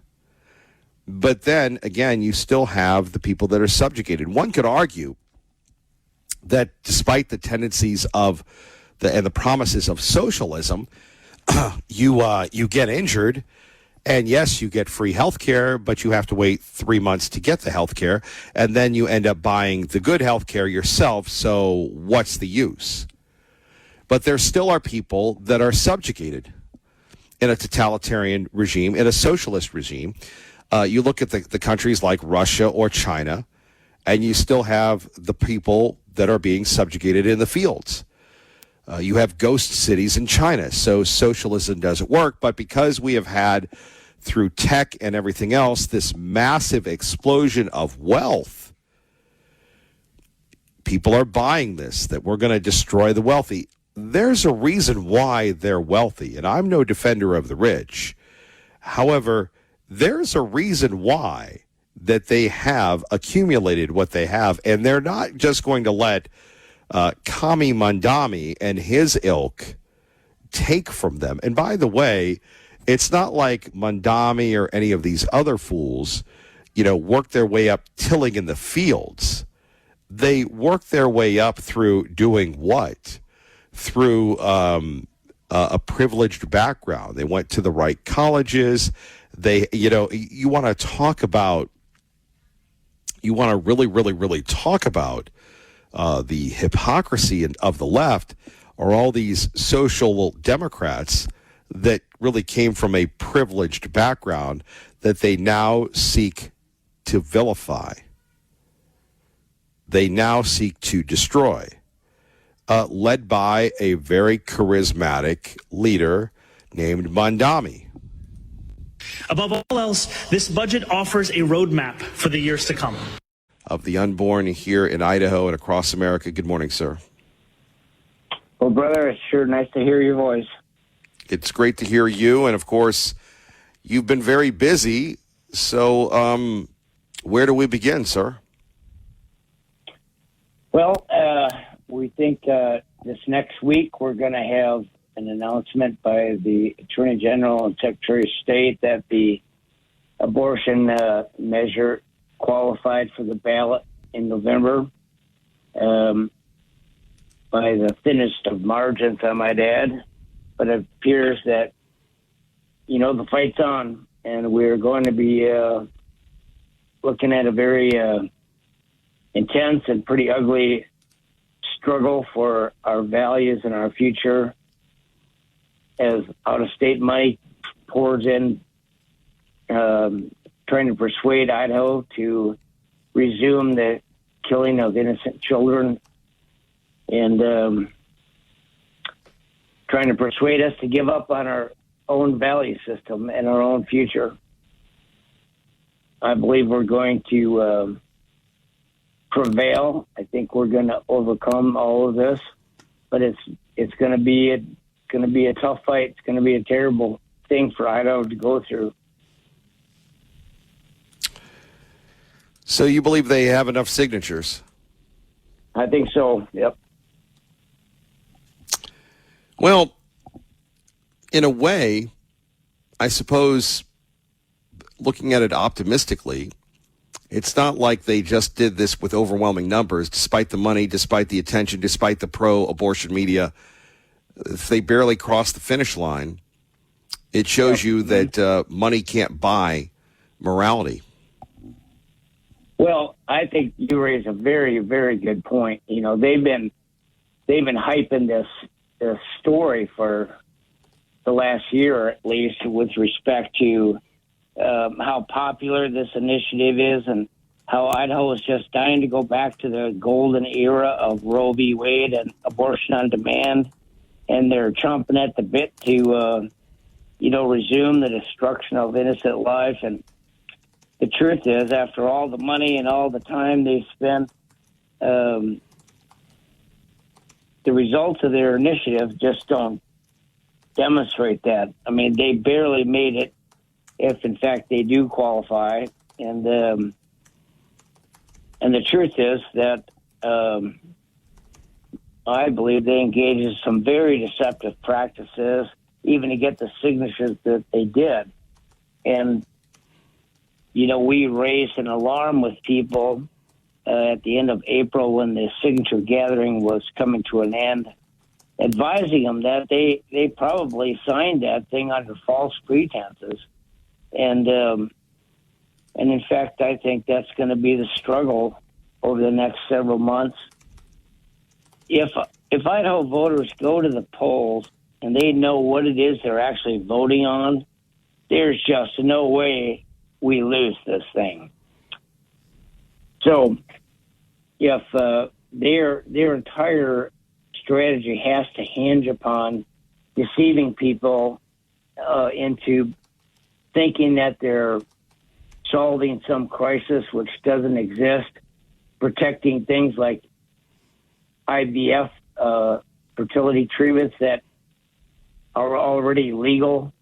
If people think that's what they're voting on, then we're in some jeopardy probably. But if people know that this is going to allow abortion throughout a pregnancy, even up to birth, if they know that parental consent is no longer going to be a protection for girls and families, and and parental authority, if they know that women are not going to get information about alternatives to an abortion, like adoption, for example, there's just no way this thing passes. And David Ripley, how do you get that message out? Considering we've got the media, we've got the medical industrial complex against us.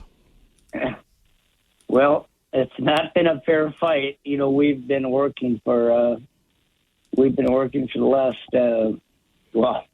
long time, but in particular on this initiative, you know, starting with the fall, we were concerned that we couldn't let them just have an open field to try to deceive people. And I think our efforts on social media and direct mail actually had an impact on their signature gathering. There's no question that we face a real challenge with respect to money, given the fact that they have, last time I looked, they had already raised $1.2 million. And I expect they'll at least double that before November. And they have, as you pointed out, allies in the, you know, Idaho Medical Association and in some of the major healthcare systems in Idaho. They have, of course, they virtually own the state's media. I mean, every television station and every newspaper in Idaho is at least sympathetic to their pro-abortion politics. And that's a big disadvantage for us. I don't think we have to outspend. Well, it also hurts us, David. Sorry to interrupt. It also hurts us that, again, they never give the other side of the story. They never do the point counterpoint.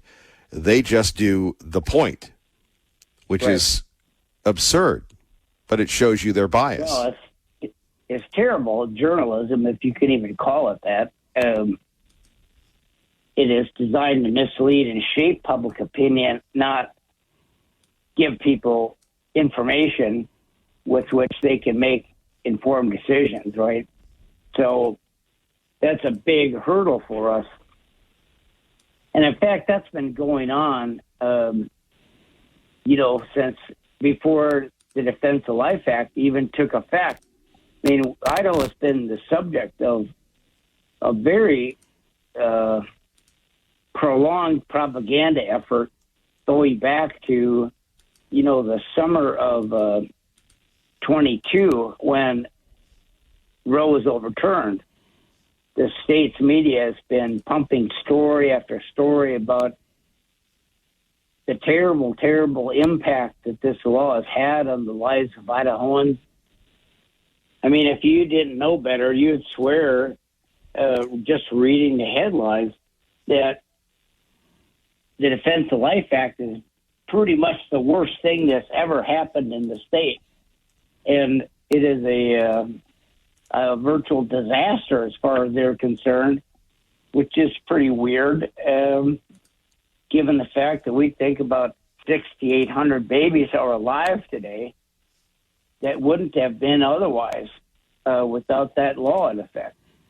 And the truth is, virtually none of the things that they predicted would happen have actually taken place.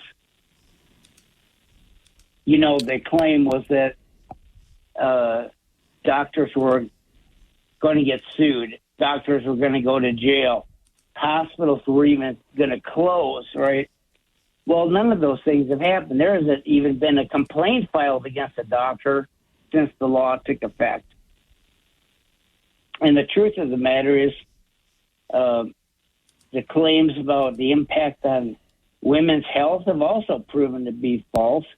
The maternal mortality rate is kind of a sciencey way to say it, but deaths related to motherhood, right, and the birthing process have actually declined each year since the Defense of Life Act took effect. So one of the big advantages we have in this fight is that we have 4 years of experience. And I think we're going to be able to show the people of Idaho that these people are like the medical version of Al Gore, who's been predicting the end of the earth, for 20-something years now. And people still give him money for some reason. I don't know. But we've got facts on our side. We've got experience on our side. And we also have a long history in Idaho going back to the time of this as a territory. For 110 years before Roe was imposed on us, Idaho was a pro-life state. And that's the normal Idaho. That's the true Idaho. And I think we're going to, by some miracle or another, we're going to see Idaho defend its values and reject this thing. Our great friend David Ripley joining us here at 580 KIDO, Idaho Chooses Life, idahochooseslife.org. So, David, obviously we're going to have, the parade of people, celebrating this campaign that's going to go on. The thing that amazes me about this is that, and you brought this up, that as soon as Roe was overturned, and you and I have talked about this for years, Biden targeted Idaho. And of all the places to pick a fight with, you're thinking, why Idaho? And we are on the national scene. It wasn't that long ago that Planned Parenthood had, all these mills here all the time. They've been booted out. They've been trying to get back. They've been, others have been trying to limit access of people like yourself and others getting on billboards and the like. So here we are in Idaho, pretty remote, not a lot of population, but for some reason they want to make an example out of us. Yeah, I think that's exactly the right analysis. Even from a business point of view, we have historically during the Roe era, we had about 2,200 babies a year being killed in Idaho. That's you translate that into $600-700 in abortion. That's a lot of money, but relative to other populations and other cultures, it's not. It's almost a losing proposition financially, right? So the question is, what is the deal? Why is there such a wish to impose their will upon us? And I think the answer is, we are an example of conscience. We're a people. This is a state with a conscience. This is a state that is working, not just on the life front, but it's working in terms of families. It's working with respect to crime. It's working with respect to its economic prosperity, its stability.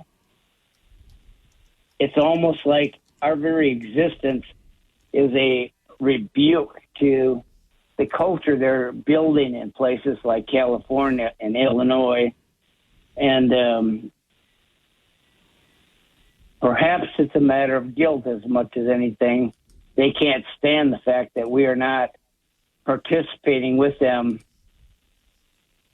in destroying innocent life and in a general moral debauchery. So I don't, that's my dime store analysis. I don't actually have a psychology degree. It's just my guess, but it certainly is weird. that we bother them so much, and they're willing to go to such lengths to impose their will on us. And thank God we're tough people, and I don't think people in Idaho are going to dig that, and I think it's going to get rejected. David Ripley, can you hang on for a minute? Oh, absolutely. All right, more coming up with our great friend David Ripley as we break down the battle to save babies in Idaho. Kevin Miller, 580 KIDO. With where we are, where are we politically? You're like the dean of the legislature. So, and without getting you into trouble, because this show is monitored by just about anybody who's anybody, what was your takeaway from the primaries? What was your takeaway from the last legislative session? Well, I continue to be grateful for the fact that we have a legislature that has withstood 4 years now of really very intense. It's probably hard for people listening to really comprehend how much pressure has been applied to legislators to weaken the Defense of Life Act and to start extending all kinds of bizarre licenses to hospitals and doctors to whack babies for one reason and another. And a lot of money and a lot of powerful people have been involved in that, and the legislature has just stood tall. And over the last 4 years, and including this last session, and with respect to the primary, we had a very good primary. We there were some difficult losses, but we ended up with about 86% of our endorsed candidates winning their primary, I think, which puts us in a very strong shape, going forward in the legislature with respect to life issues. So, I think Idaho really is a blessed society, and in large part because the folks in Idaho are making very good decisions about the people that they're sending it, into the state house. And we're not perfect, and there are a lot of problems. But you look around this country, you watch a Newsmax or Fox News any given night, and you see the bizarre decisions and problems that are overrunning other parts of America, and it's very difficult to comprehend just how crazy some parts of this country have become. And this new crop of communists that have been elected in the Democratic Party is of great concern for the long-term future of America and the world, for that matter. And in Idaho, we have challenges, but we have rational people in office, and we have a rational and sane population. And I think the life issue is one of the core explanations for the difference between what happens here and what is happening in places like Seattle or Los Angeles or New York. Right before we went to break, you said something like you were going to come right back to me and we were going to finish our conversation about saving babies. And it kind of struck me because that's, of course, what we are talking about and what we're doing. But there's more at stake with this ballot measure than those innocent lives. I believe that by saving those babies, we're saving ourselves. And not to get too preachy about this, but in the beginning of, the Bible, we read where Moses tells the Israelites that God sets before them the choice of life or death, and blessings and curses. And Moses says, now choose life so that you and your children may live. And to reinforce the point I was trying to make, by saving our children, we're saving ourselves. And there's a lot at stake here in terms of what kind of society Idaho will be and will continue to be, as reflected in what we choose this November. Well, let's back to examining that, though. How in the world, where you have politicians and maybe even some Democrats that disagree on just about everything, that they can agree on the life issue, and we thank them that they do agree with us on the life issue? How do you think that works? Well, most of the time, I mean, most people that get the life issue right get a lot of other things right, because it's a core value and a spiritual thing, really. And I've always believed that if you had a person running for office and they were not sound on protecting life or valuing human beings, they are not trustworthy in general in terms of making sound decisions about anything else.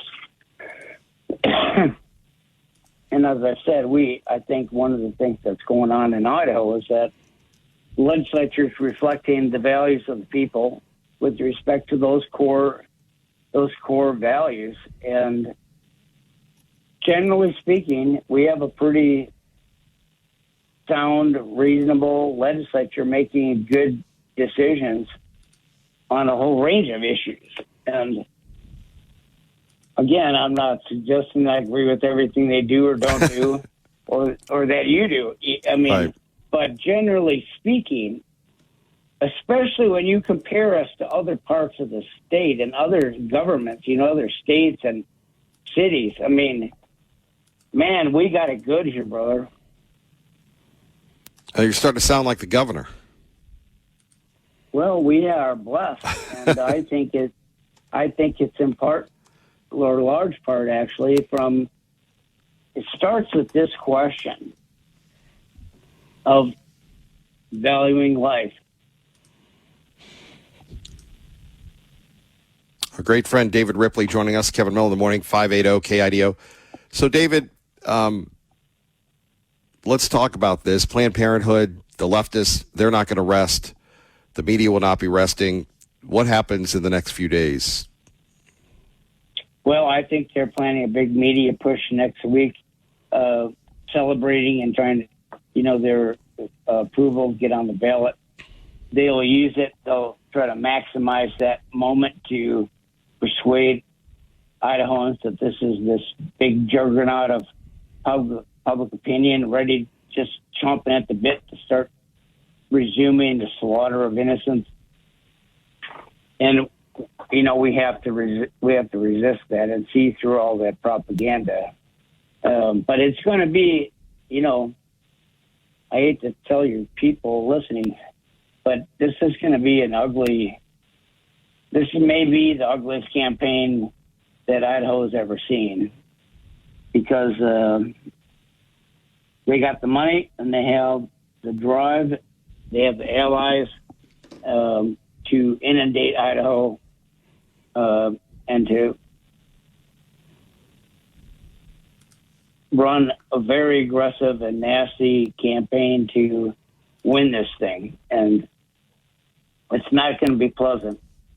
We got to be strong, and people are also going to have to get more educated. The pro-life people are going to have to dig in so that they're able to rebut some of this nonsense with respect to their neighbors and people at church, people at work. They're going to have to put some time into praying for us, people that are involved in actually running a campaign. And they're going to have to think hard about, writing some checks to help us get this message out to protect Idaho's future.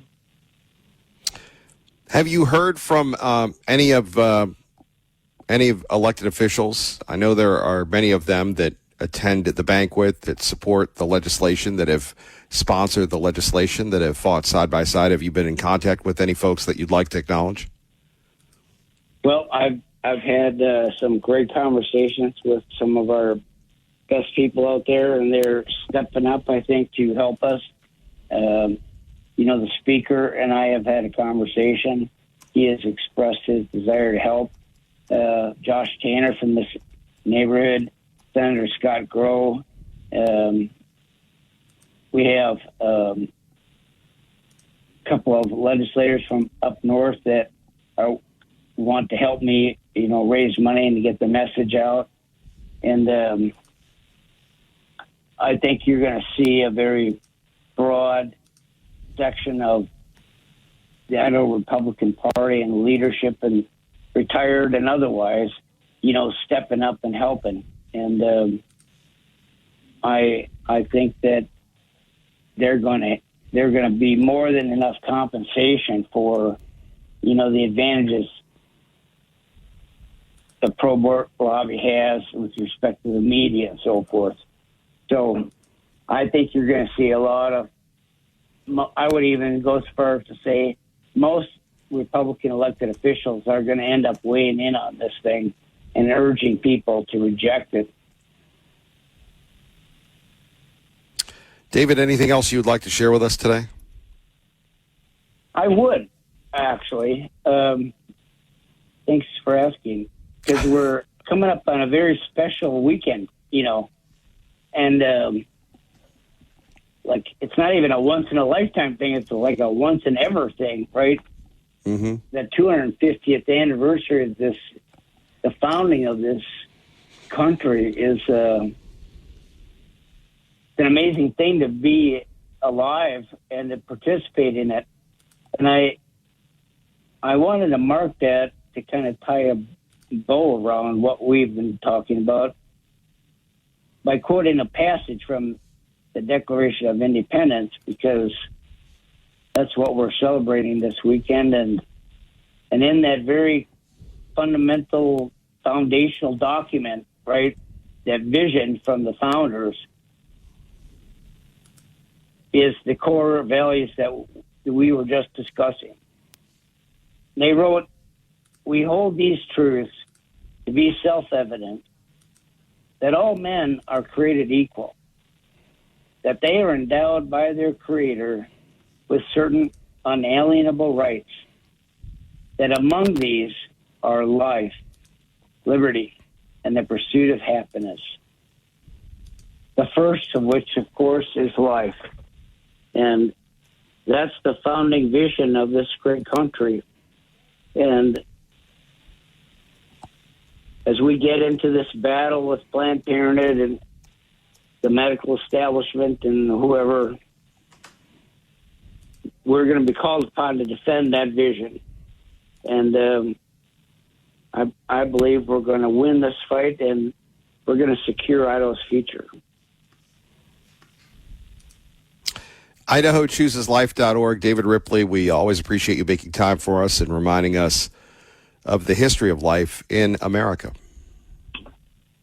Well, you're a great blessing, and you're unique in the state, man. You're a treasure. Thanks for giving me some time. Wouldn't have it any other way. God bless, and Godspeed, old friend. All right, brother. You take care. Have a great weekend. You too. Our great friend David Ripley. Check him out today. Idaho Life. IdahoChoosesLife.org. Kevin Miller, you're listening to 580 KIDO. You're home for Fox News on the radio.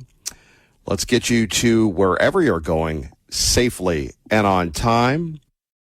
580 KIDO. We do appreciate David Ripley joining us as we're rolling along and taking your calls about the issues that matter to you. And as I said before, it is crazy when you're thinking about where we are and where we're going with the life issue. And a lot of people will not give us a lot of credit, but I will. And as long as I'm here, I will be your voice because we're all the same. And the voice of accountability, which makes a lot of people on the left and sadly on the right uncomfortable. But let me put it to you this way.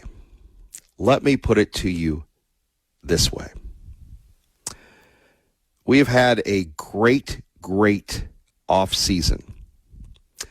Despite the controversy of politicians, despite the controversy of others, we have had an incredible run. Think about all the money that was spent by the weed people. If Victor Miller's numbers hold true, the weed people will have failed. And for all their efforts, for all their might, for all their this, that, and the other, the people that want to extinguish the pro-life laws that protect children in Idaho barely got enough signatures. And even then, can we really trust that all signatures are good to go? So, yes, maybe they have succeeded, but what the media won't tell you that Kevin Miller will is they needed every hook and crook to do it, and we will be ready for them. And here we go. Chandler. What up, Chandler?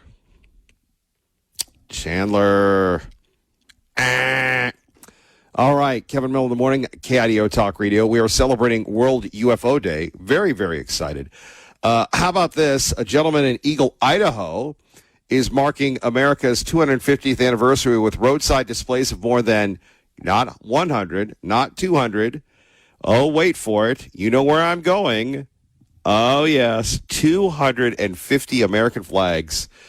Ron Sally, the man behind the display, hopes to inspire patriotism and gratitude in those who see the flags.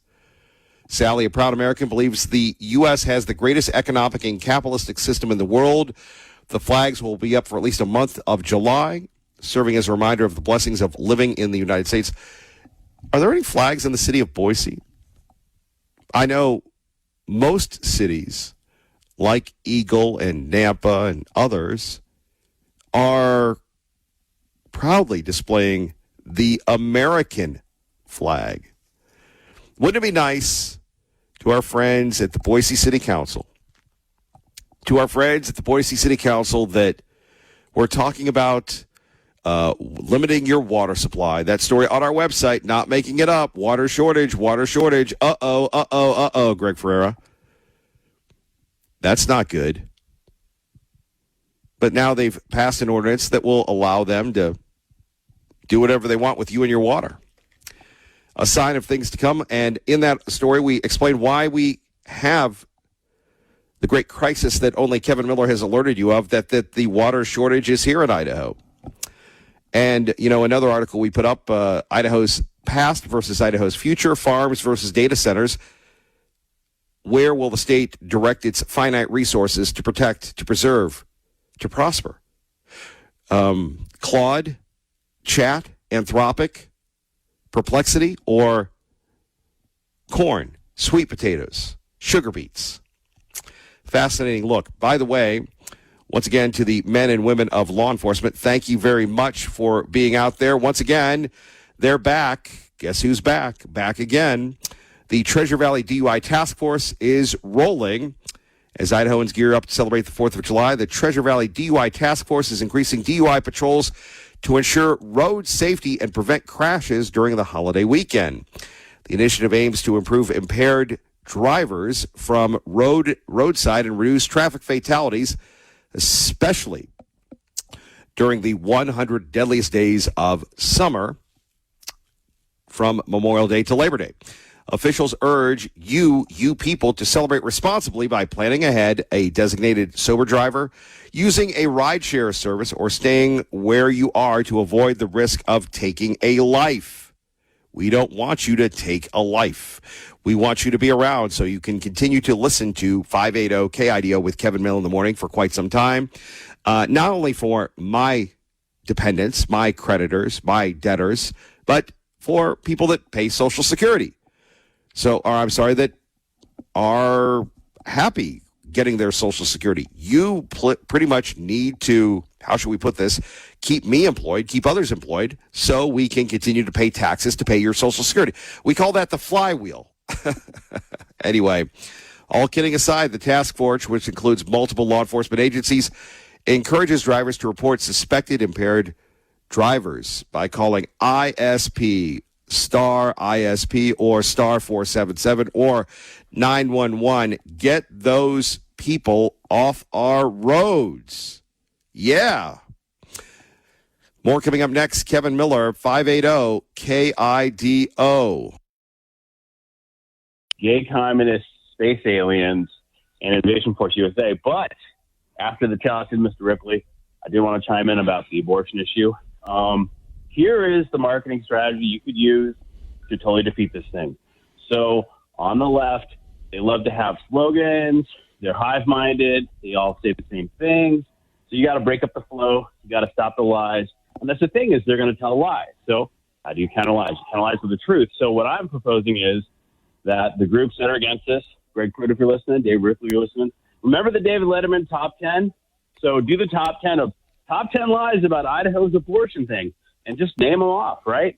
And then another thing you could do is take a version of the Family Feud and be like, 100 people survey, top 5 truths about Idaho's abortion initiative are on the board. And then you have people say the same lies the left's going to say.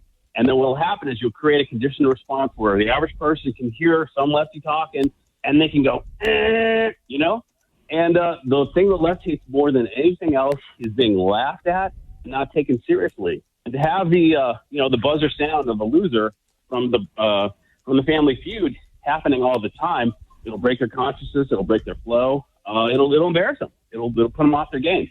So yeah, that's the strategy. That's the strategy. What do you think, man? I think you're a very creative young man. Okay.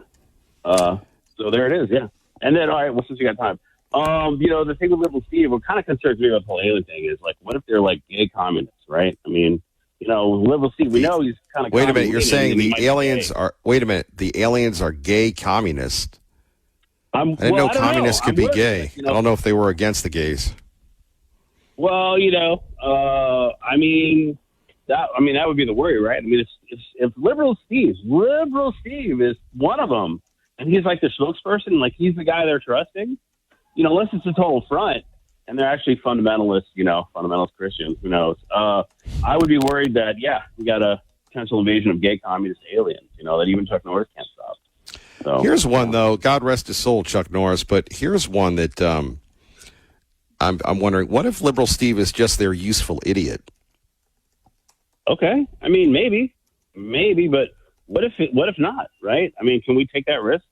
Can we take the risk? Don't we got to be ready to fight off the gay communist aliens? I mean, shouldn't we ask the questions getting ready just in case, Oh, I would agree with you. Right? Hey, before we go, as our watcher of all things political, what's going on politically since they had the great, whatever they call that, the great convention? I was not a voting member. I did not attend. So, I don't know. It's over now. It's time to move forward. Election season's coming. So we'll see. I mean, the issue honestly is show me the money, man. Like, Idaho, where we don't have, the party doesn't have a lot of money. I wish we would cut some ads and do what the Democrats do. So, like Phil McGrain told me, you could have him come on and talk about it. Some years the Democratic Party of another state is the largest contributor to the Democratic Party of the state of Idaho. So you got the state of Florida, man. Those guys are loaded. The state races, their budget's like $250,000, and they have no problem raising the money. And we do have some prominent Idahoans that are part of that. So I would really like them to reach out and sponsor us. We're a red state at risk, and so we need all the help we could get. So that would be my ask for today going in, because we just don't have the money, man. Democrats have the money on a ballot initiative like this could be a wipeout. So especially down ballot too, like county commissioner races, and those other races, city council kind of thing. So thanks, Kev. Thank you. By the way, we caught Phil McGrain on the Tommy Ahlquist podcast. I just saw a short of that. And they were talking about the direction and the, what do you call it, just the smack going on social media. I would agree with you on that. Phone number is here, 580-5436, 580-KIDO. Coming up, we'll talk to our friend Dave Petzo. We'll get his thoughts on a variety of issues. And again, we are celebrating World UFO Day. And, you know, a day would not be complete without covering this story. On these guys. In a stunning scene, the couple climbed to the needle point of the city's most iconic skyscraper. Then they unfurled a banner that reads, quote, "When the power of love beats the love of power, the world knows peace." Soon after, the man got down on one knee and proposed to his girlfriend. Both were dressed in black and also had face coverings. The two recently starred in a Netflix documentary, so you know the real intent of this move right here, which showed them pulling off similar stunts on skyscrapers around the world. Police reportedly believe that the pair got up there by going through a locked maintenance hatch on the 102nd floor observation deck. Wow. That would have been great to hear about that. And again, most of us won't be around for the big 300. Maybe Jared Halpern will. He joins us now live from Washington, D.C., perhaps at the White House, perhaps at the Fox Bureau, perhaps on the road. Good morning, sir. I am at the White House, and my wife says I'll get nowhere close to 300 if I continue to eat the way that I do. Well, you are committed to the cause, though. You've got to keep yourself well-fueled. Listen, she said that you can't eat like you're in your 20s, and I said, well, I was in great shape in my 20s. And exactly, apparently it doesn't work that way with the aging. I don't know. Well, and the president yesterday said he's going to give us a whopper of a speech. He doesn't care. He's rolling. It's going to be long to show that he can do it. I was like, yeah, but what about the people that are been standing there since 2 p.m. are going to appreciate that? But the president is trying to make the most of this moment. Obviously, it is a big deal for the country, the 250th anniversary. The president has talked a lot about, the surprise of being president during this time. He has tried to set up all of these different events, whether it was the UFC fight or the August IndyCar race, going to the Teddy Roosevelt Museum yesterday, which looked really cool, and I want to get out there. He's going to a big fireworks display at Mount Rushmore tomorrow night. So he's traveling. He's getting around and trying to take in as many events as possible. And, I do think that the speech that he delivers on Saturday night will be, a long one. I think he wants to really celebrate this moment. I imagine there'll be some political aspect to it as well. That has been a criticism, certainly, of critics and Democrats who have said that this has become way too politicized by the Trump administration. But we'll see kind of what it looks like. I think that most people are excited. To your point, I wasn't alive in 1976. These things don't happen all the time, these major milestones. And so, I think 250 is a reason to get excited. Finally, I guess I hate to be a dampener, but, the top story, it seemed yesterday, at least from my interpretation, was the president and crypto, sir. This is something that I think when Congress gets back is going to get a lot of hearings.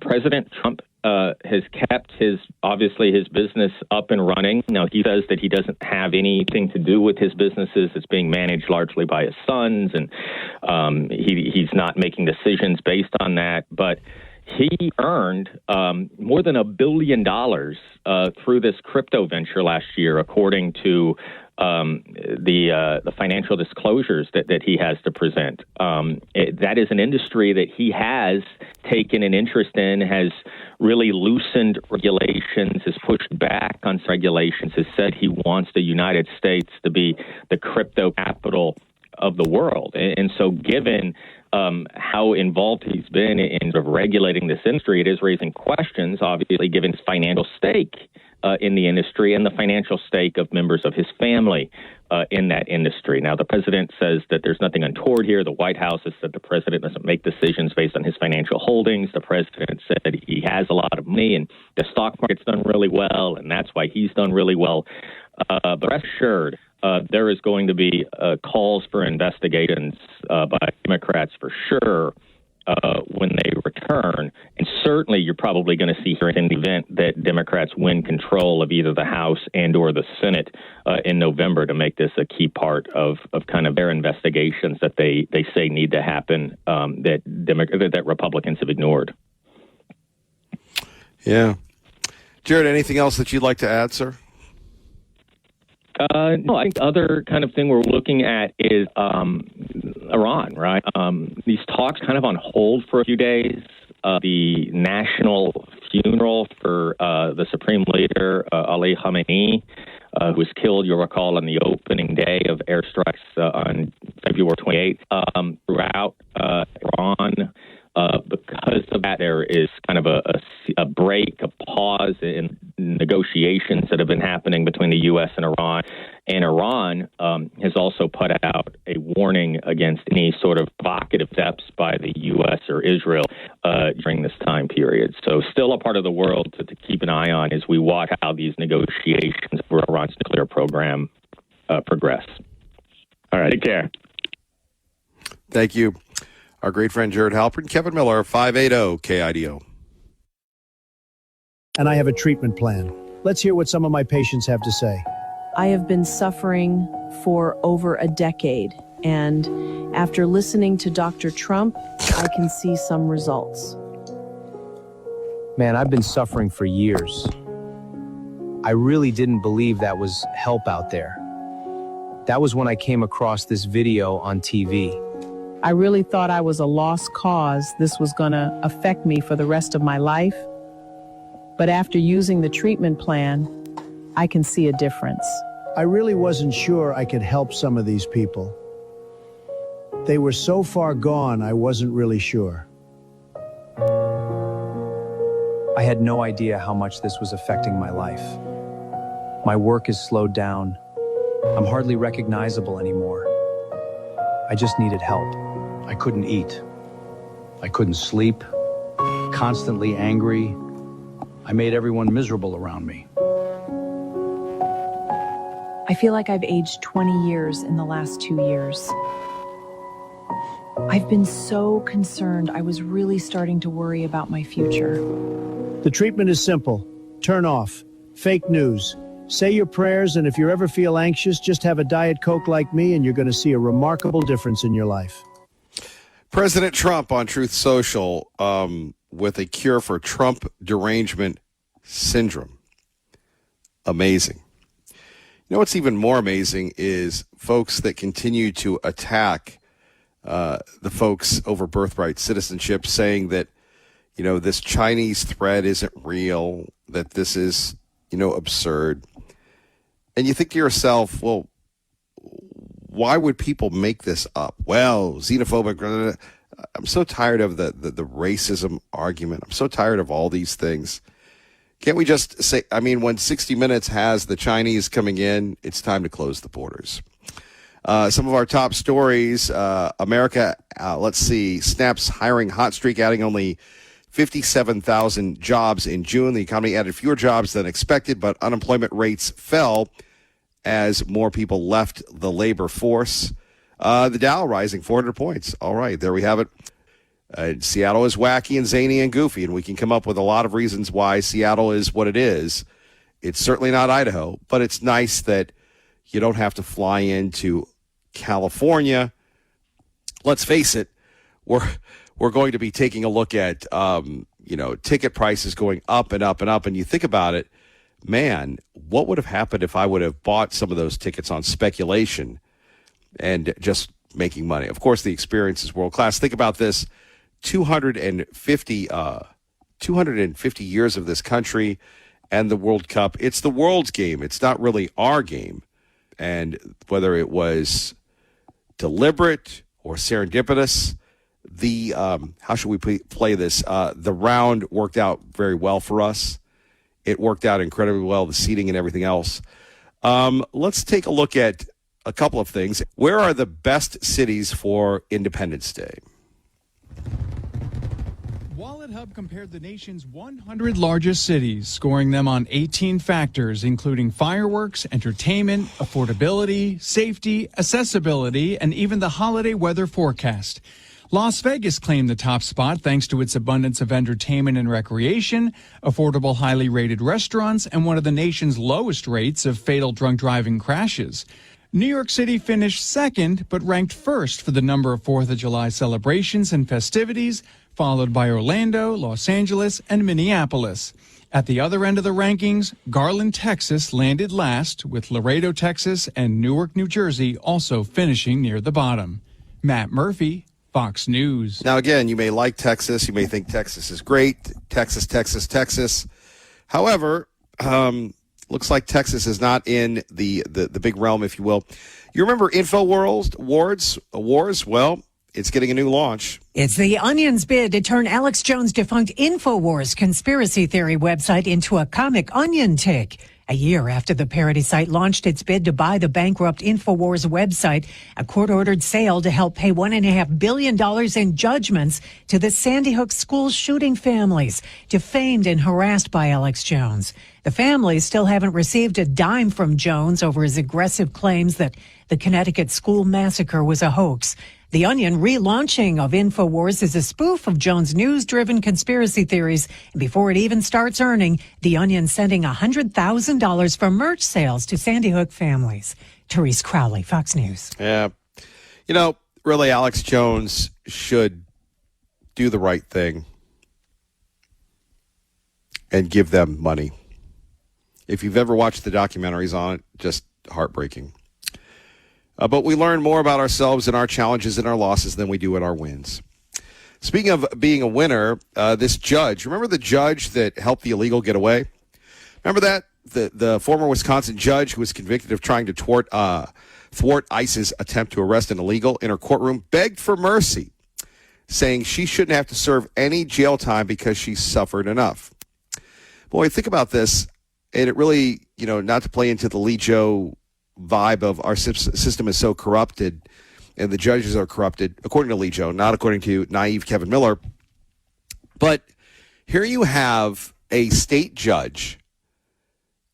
Now, remember what a judge is supposed to do. A judge is supposed to, rule on the law. They're the umpire. They should not be breaking laws. A judge should be a good person. A judge should be a role model. A judge should not be compromised. So here we have this craziness, this wildness, if you will, where a judge helps someone, a criminal in this country. I mean, you want to talk about Trump derangement syndrome. Wow. You're going to endanger yourself and everyone else by doing this? Are you nuts? Have you lost your mind? Apparently she has. Anyway, she's trying to deal with this again and again and again. Her lawyers say the judge has suffered enough. Being handcuffed, losing her robe. Get out of here. Get that robe off. Put that robe back on. Photographed and intentionally shamed by the FBI. Shame, shame, shame. Facing threats and retreating to a life as a recluse as punishment enough. Well, no, you broke the law. And you broke federal law. She says she's 67, and she continues to make the case she did nothing wrong, and taking a stand for her fellow judges when she hindered a U.S. Immigration and Customs Enforcement officer's attempt to arrest an illegal immigrant. Judge Dugan's attempt to exercise her state law authority was not malicious or self-serving. Her efforts to protect the state's judiciary authority and independence was not an attempt at personal or private gain, her lawyer said. However, here's the problem she and the resistance face. It's called, and a lot of people in Idaho don't like it, the Supremacy Clause, which means federal law trumps state law. And if we had the judges making up laws, we wouldn't have the civil rights movement. We wouldn't have any of the laws that we have in this country. The liberals tend to forget that, don't they? She became the face of the resistance to President Trump and ICE in April 2025 when she had a court proceeding with an illegal in her courtroom. She helped usher the man out a side entrance to avoid the ICE officers trying to arrest him. Federal authorities said she wrongly quoted the law. So you're a bad judge and you don't know the law and you're going to jail. Telling ICE agents they needed a judicial arrest warrant. That is not the case for civil immigration arrests, which are an administrative matter, not a criminal one. So now all of a sudden she is going to the popo. It's so funny, and we see this all the time. It's like writing an email. It's truly like writing an email. You write an email, or you honk at someone, or you cut someone off, and there's a red light. Oh no, there's a red light. My goodness gracious. Oh my gosh, are they going to come up and get me? Are they going to confront me? Are they going to do all sorts of things? Let's hope not. And really, if we had acted respectfully, if we practiced what we preached, we wouldn't be in this predicament now, would we? But again, when you're a judge, when you're a law enforcement official, when you are whomever, you have to be a role model. We are all role models, whether you want to admit it or not. We are all role models. One thing, though, I do want to remind everybody, this is a crazy, crazy time. So please be very careful with your fireworks. Please be very careful with your pets. I love pets. If I had my own way, I would live in a world with Mrs. Miller, because I believe she's monitoring this program, and have nothing more than a bunch of shepherds and dachshunds and mutts, because we're all mutts. When people say, oh, Kevin, what are you? I'm an American mutt. And I would just live and talk to the dogs and the cats, and I would live happily, and ducks, although the dogs and the ducks probably wouldn't get along. I digress. Please, please, please keep your pets inside beginning tonight, because there are going to be a lot of people that don't live in Eagle, the Eagle, they're going to be out there. You fire off the fireworks, they say they're going to prosecute you. Boom. They're coming for you. Spitting out lyrics, homie, I'm with you. They're coming for you in Eagle. I would hate to shoot off fireworks and be responsible for destroying my own property or someone else's property, or pets being lost. A lot of stress on the pets coming up. So please keep your pets inside. I know the West Valley Humane Society, the Idaho Humane Society, they're going to be on red alert, rolling to make sure that everybody is safe and comfortable, because it's the crazy season. You don't want to end up in the ER. You don't want to be looking for your pets. You don't want to lose your pets. So please, and again, I may sound like a prude. I may sound like a spoiled sport, but if you could do that, that would be so outstanding, because we don't want to lose anybody during these holiday times. All right, phone numbers here, 580-5436, 580-KIDO. Coming up, more of your calls, your thoughts as we roll on into the fourth. And like I said, it's a time where we just have to kind of take a look at where we are, where we're going. We're halfway through the year, and then we've got the midterms, and we'll see how that plays out together. Kevin Miller, 580-KIDO. KIDO, please be very careful as you're traveling throughout the weekend, and props to the young man in Eagle, 250 flags to celebrate 250 years of the United States of America. And if you're working, thank you very much for working during these times. Thank you very much for keeping all of us safe and secure. And let's hope that we can do the right thing. Taking a look at the Idaho Capitol Sun. Let's see. They're a little fired up here. The president's announcement on June 24th that he would not sign a bipartisan housing bill because of the passage of the Save America Act, which attacks voting rights, has sparked controversy. No, it isn't. It means you need an ID. What's wrong with that? You get an ID, right? ID, you vote. Go to Obama's place. Hi, Obama. Thank you, Obama. Thanks, Obama. You have to have an ID. Get on a plane, ID. Go anywhere, real ID. What's wrong with that? The bill supported by our great Idaho officials would require stringent documentation for voting. You know, this is so weird, because this is the crazy, wacky, zany liberal propaganda. And I'm sure this is an opinion piece from this. Let's see. Oh, it's from the usual Idaho Capital Sun, Idaho Statesman, The bill supported by Idaho officials. I love this. Stringent documentation. You ever bought any alcohol? Or how about this? How about sinus medicine? You ever bought any sinus medicine? Yeah. You got to buy some sinus medicine. And when you buy sinus medicine, what happens?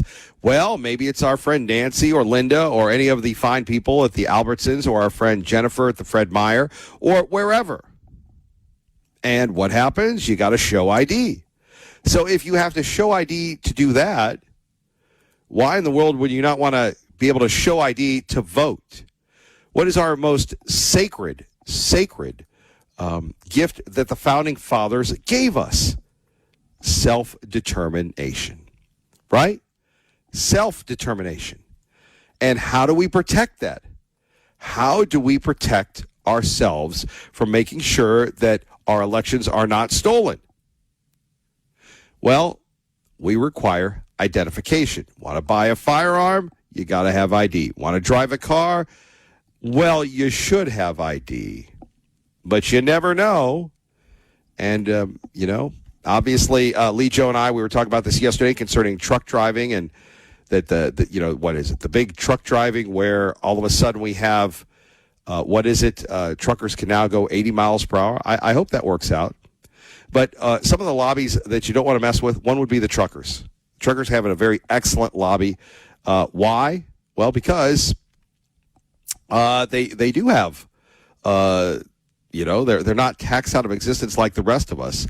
So one other thing going on and on and on, the idea that the president is taking a look at pregnant tourists.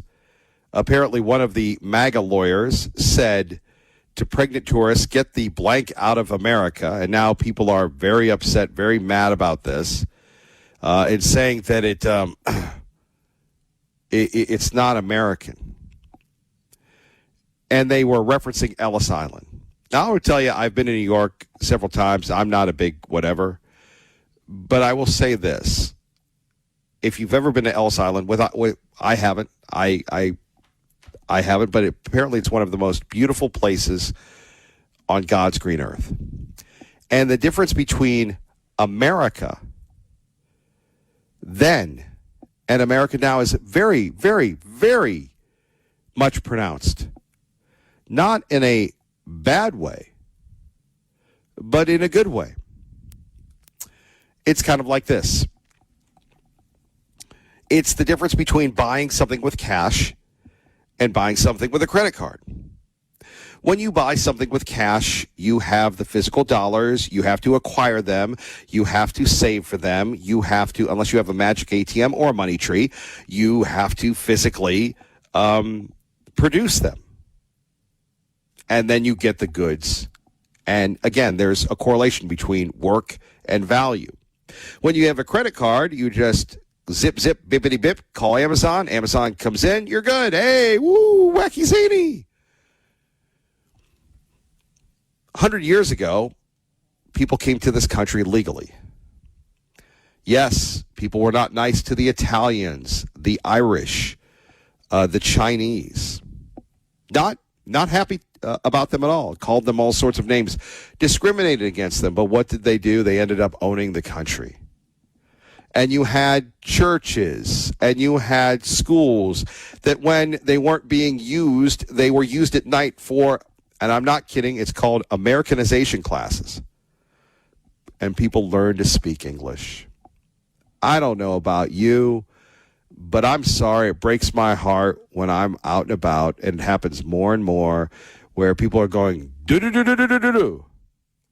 And I'm like, hey, man, I don't go to your place and go, I love America.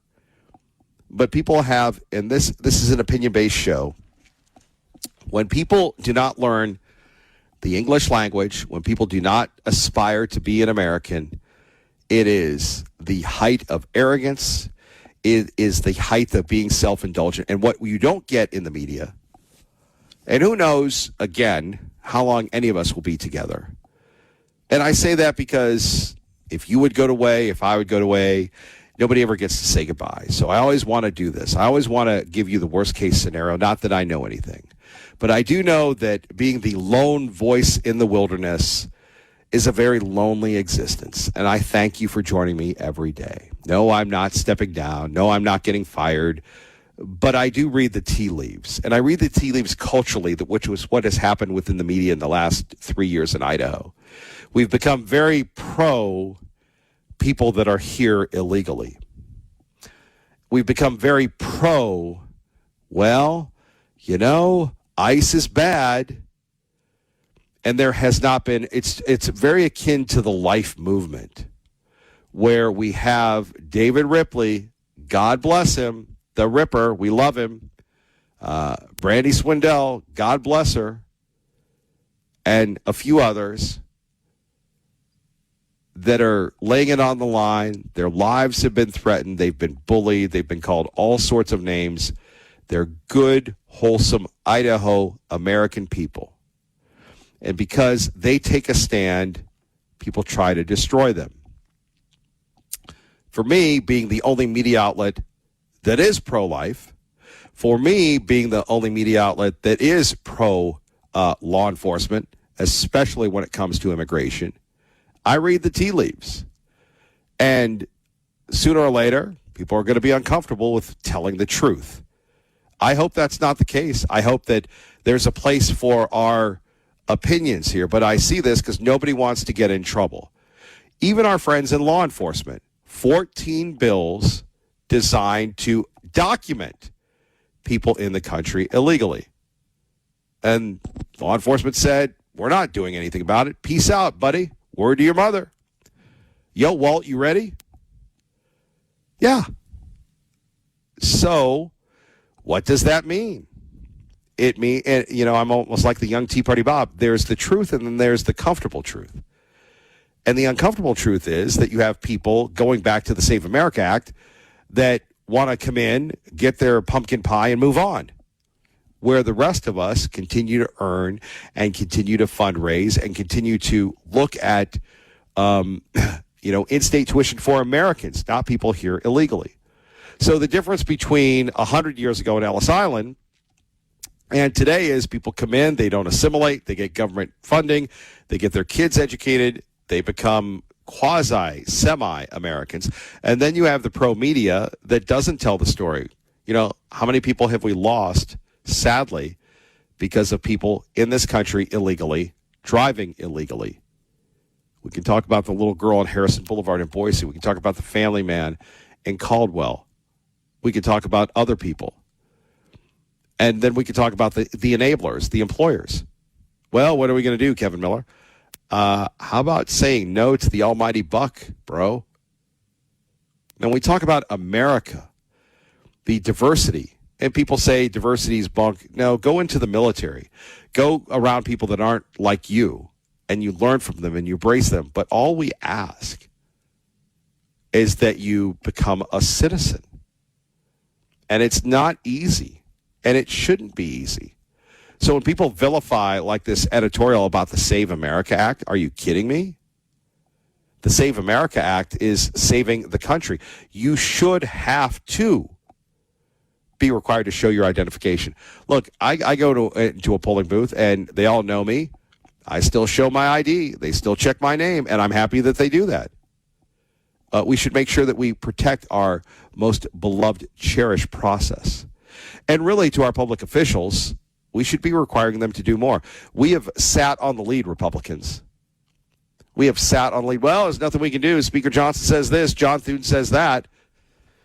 Well, if you haven't seen what's going on in Colorado or New York, you don't think they're just coming for the Democrats, because once they're done with them, they're coming for us.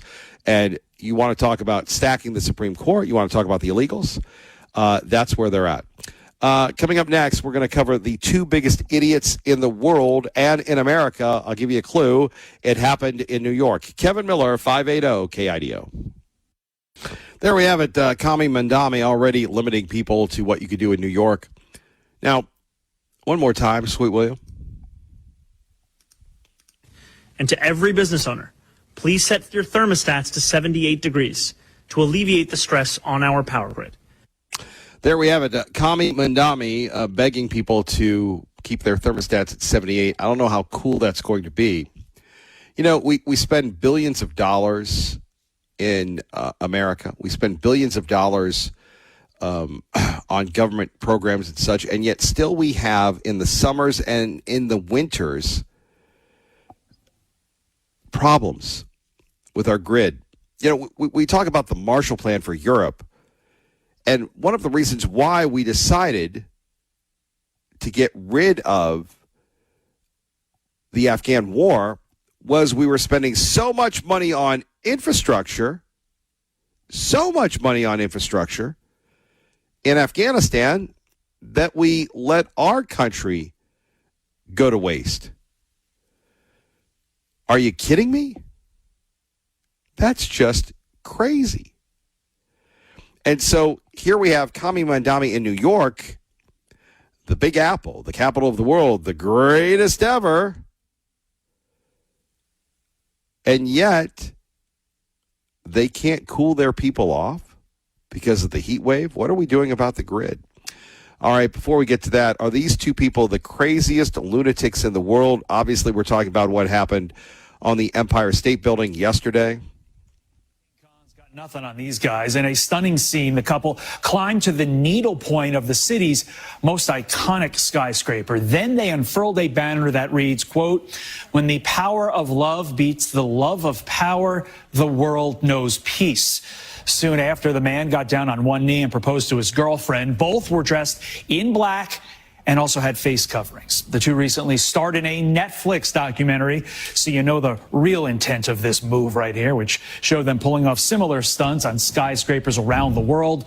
Police reportedly believe that the pair got up there by going through a locked maintenance hatch on the 102nd floor observation deck. Investigators are allegedly examining how they opened that door. Now here's the police body cam footage of the encounter. Watch. How you doing? Well, you can't be up here. All right. Yeah, I'm okay. Yeah. It's open over there. Just bring her over there. So he can come down. So you're before he goes back up. What language you guys speak? Russian. All right. I understand, but not so good. And they are facing multiple felony and misdemeanor charges, including burglary, reckless endangerment, and trespassing. And Lawrence, you know who's not laughing about this? The brave men and women who had to rescue those guys. One, because they risked their own lives. But two, think about it. The city's pretty busy right now. We don't need to be wasting resources on those two. Unreal. Yep. And of course, they're getting ready for the Taylor Swift wedding. So, okay, thank you very much. We'll get back to that in a minute. You know, it's so funny. Liberal Steve was actually just asking me about you. Mark, the watchdog of Eagle, joins us now at 580 KIDO. It is World UFO Day, Mark. Good morning. Oh, Lordy Gotti, Kevin. I thought Mr. Alien Hybrid, libtard Steve, has been taken away finally by the mothership, never to return, but apparently not. We've constantly heard about wait till the end of the week or wait till tomorrow. It's all going to break. It's all going to come out. They're going to show us, expose themselves to the world and all that. That's, you know what, Tard Steve, you got to quit smoking that joint before you get on air here at KIDO with the Kevin Miller Show. I want to talk about the idiocy of socialism/communism. You're talking about what Madami had just said about turn your thermostats up to 78 degrees. I'm going to give you an example of the idiocy of what people are trying to put in power here in our country with a socialist Democrat party. And in France, they have a socialist mayor. This came out on Breitbart, came out on Gateway Pundit, came out at Fox News, I think had it too. Over there in France, in Paris, France, 96% of the buildings that people live in there in Paris, France, are apartments without air conditioning. You know what they just did just the other day? They banned purchases of alcohol. Now, how do you socialist lovers out there / communist lovers would love that you can't even go buy your alcohol? And I mean, this was. I'm surprised you didn't see that one, Kevin. I thought I sent it to you. Maybe I didn't. I'm always sending you stuff. But this is the stupidity of socialism / communism. They want to control your life from the cradle to the grave. And I find it appalling. And think about this. If we didn't have these socialist communists controlling like they do in California, Oregon, Washington, New York, Colorado, and across other blue demon rat controlled states, maybe in the Congress and the Senate, if we didn't have all the lunatics that were probably fraudulently voted in place from late balloting, we would maybe have all the regulations to close down our energy producing coal factories and other sources of energy that would not have a stress on the grill had they been allowed to be up and running. But no, we had Abomination. We had good old Biden, the criminal fraud in chief. They overregulate like they do in California. And what they do is they end up overtaxing you to death. I just heard the other day that California is raising their gas tax, and I think the Trump administration is looking into stopping them from doing that. But this is the insanity of your left and what they want to do to America. They are a cancer. They are a political cancer in our country, as they are over in Europe. And look what is happening to Europe, all under the socialist, globalist movement over there. And over here, we may not use the term globalist over here, but we are looking at globalist socialist here in the Demon Rat Party. The example of these ones that are getting in, and even the ones like Chuck Schumer and the lunatic, the purple-haired freak there in Congress on these hearings that are going on, and yelling at Mullen and, throwing her little tizzies, which is typical of a temper tantrum,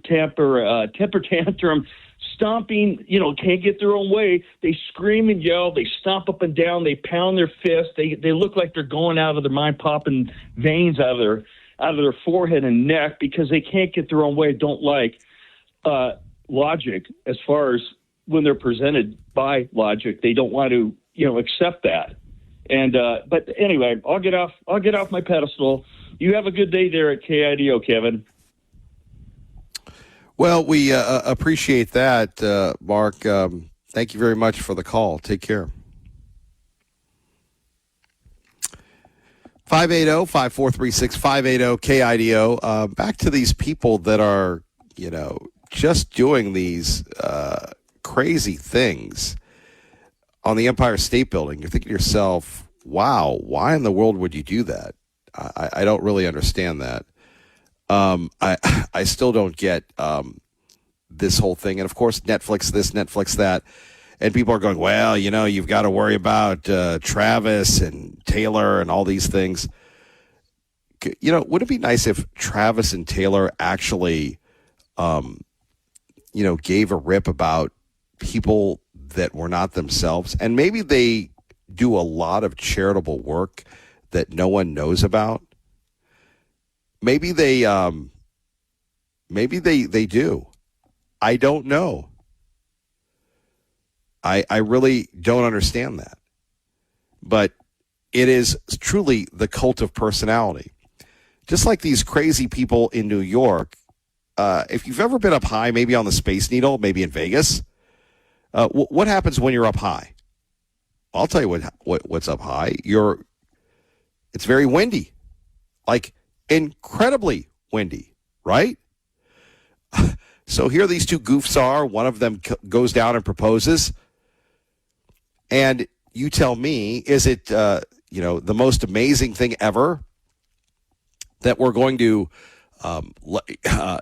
film ourselves, endanger our lives for the videos? Have we really become just not gaming the algorithm, but the algorithm has gamed us, where we're going to, take a look at what's going on and how we're doing things to be on some type of video platform? I don't think that's the right move. Anyway, much more on that coming up. Let's get back to some of the sound. And we are talking about one of the great sound bites that should be played on every talk show in America. You're hearing it first on 580-KIDO. How to handle Trump derangement syndrome.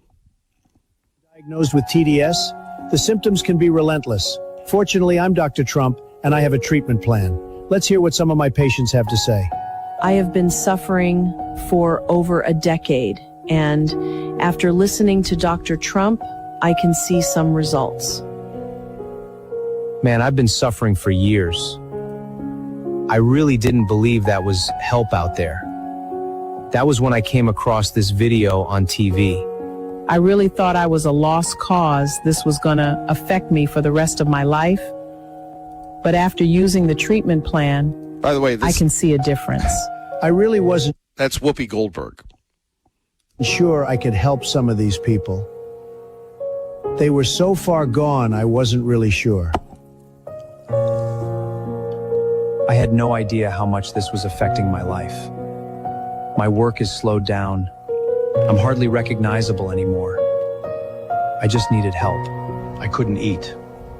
I couldn't sleep. Constantly angry.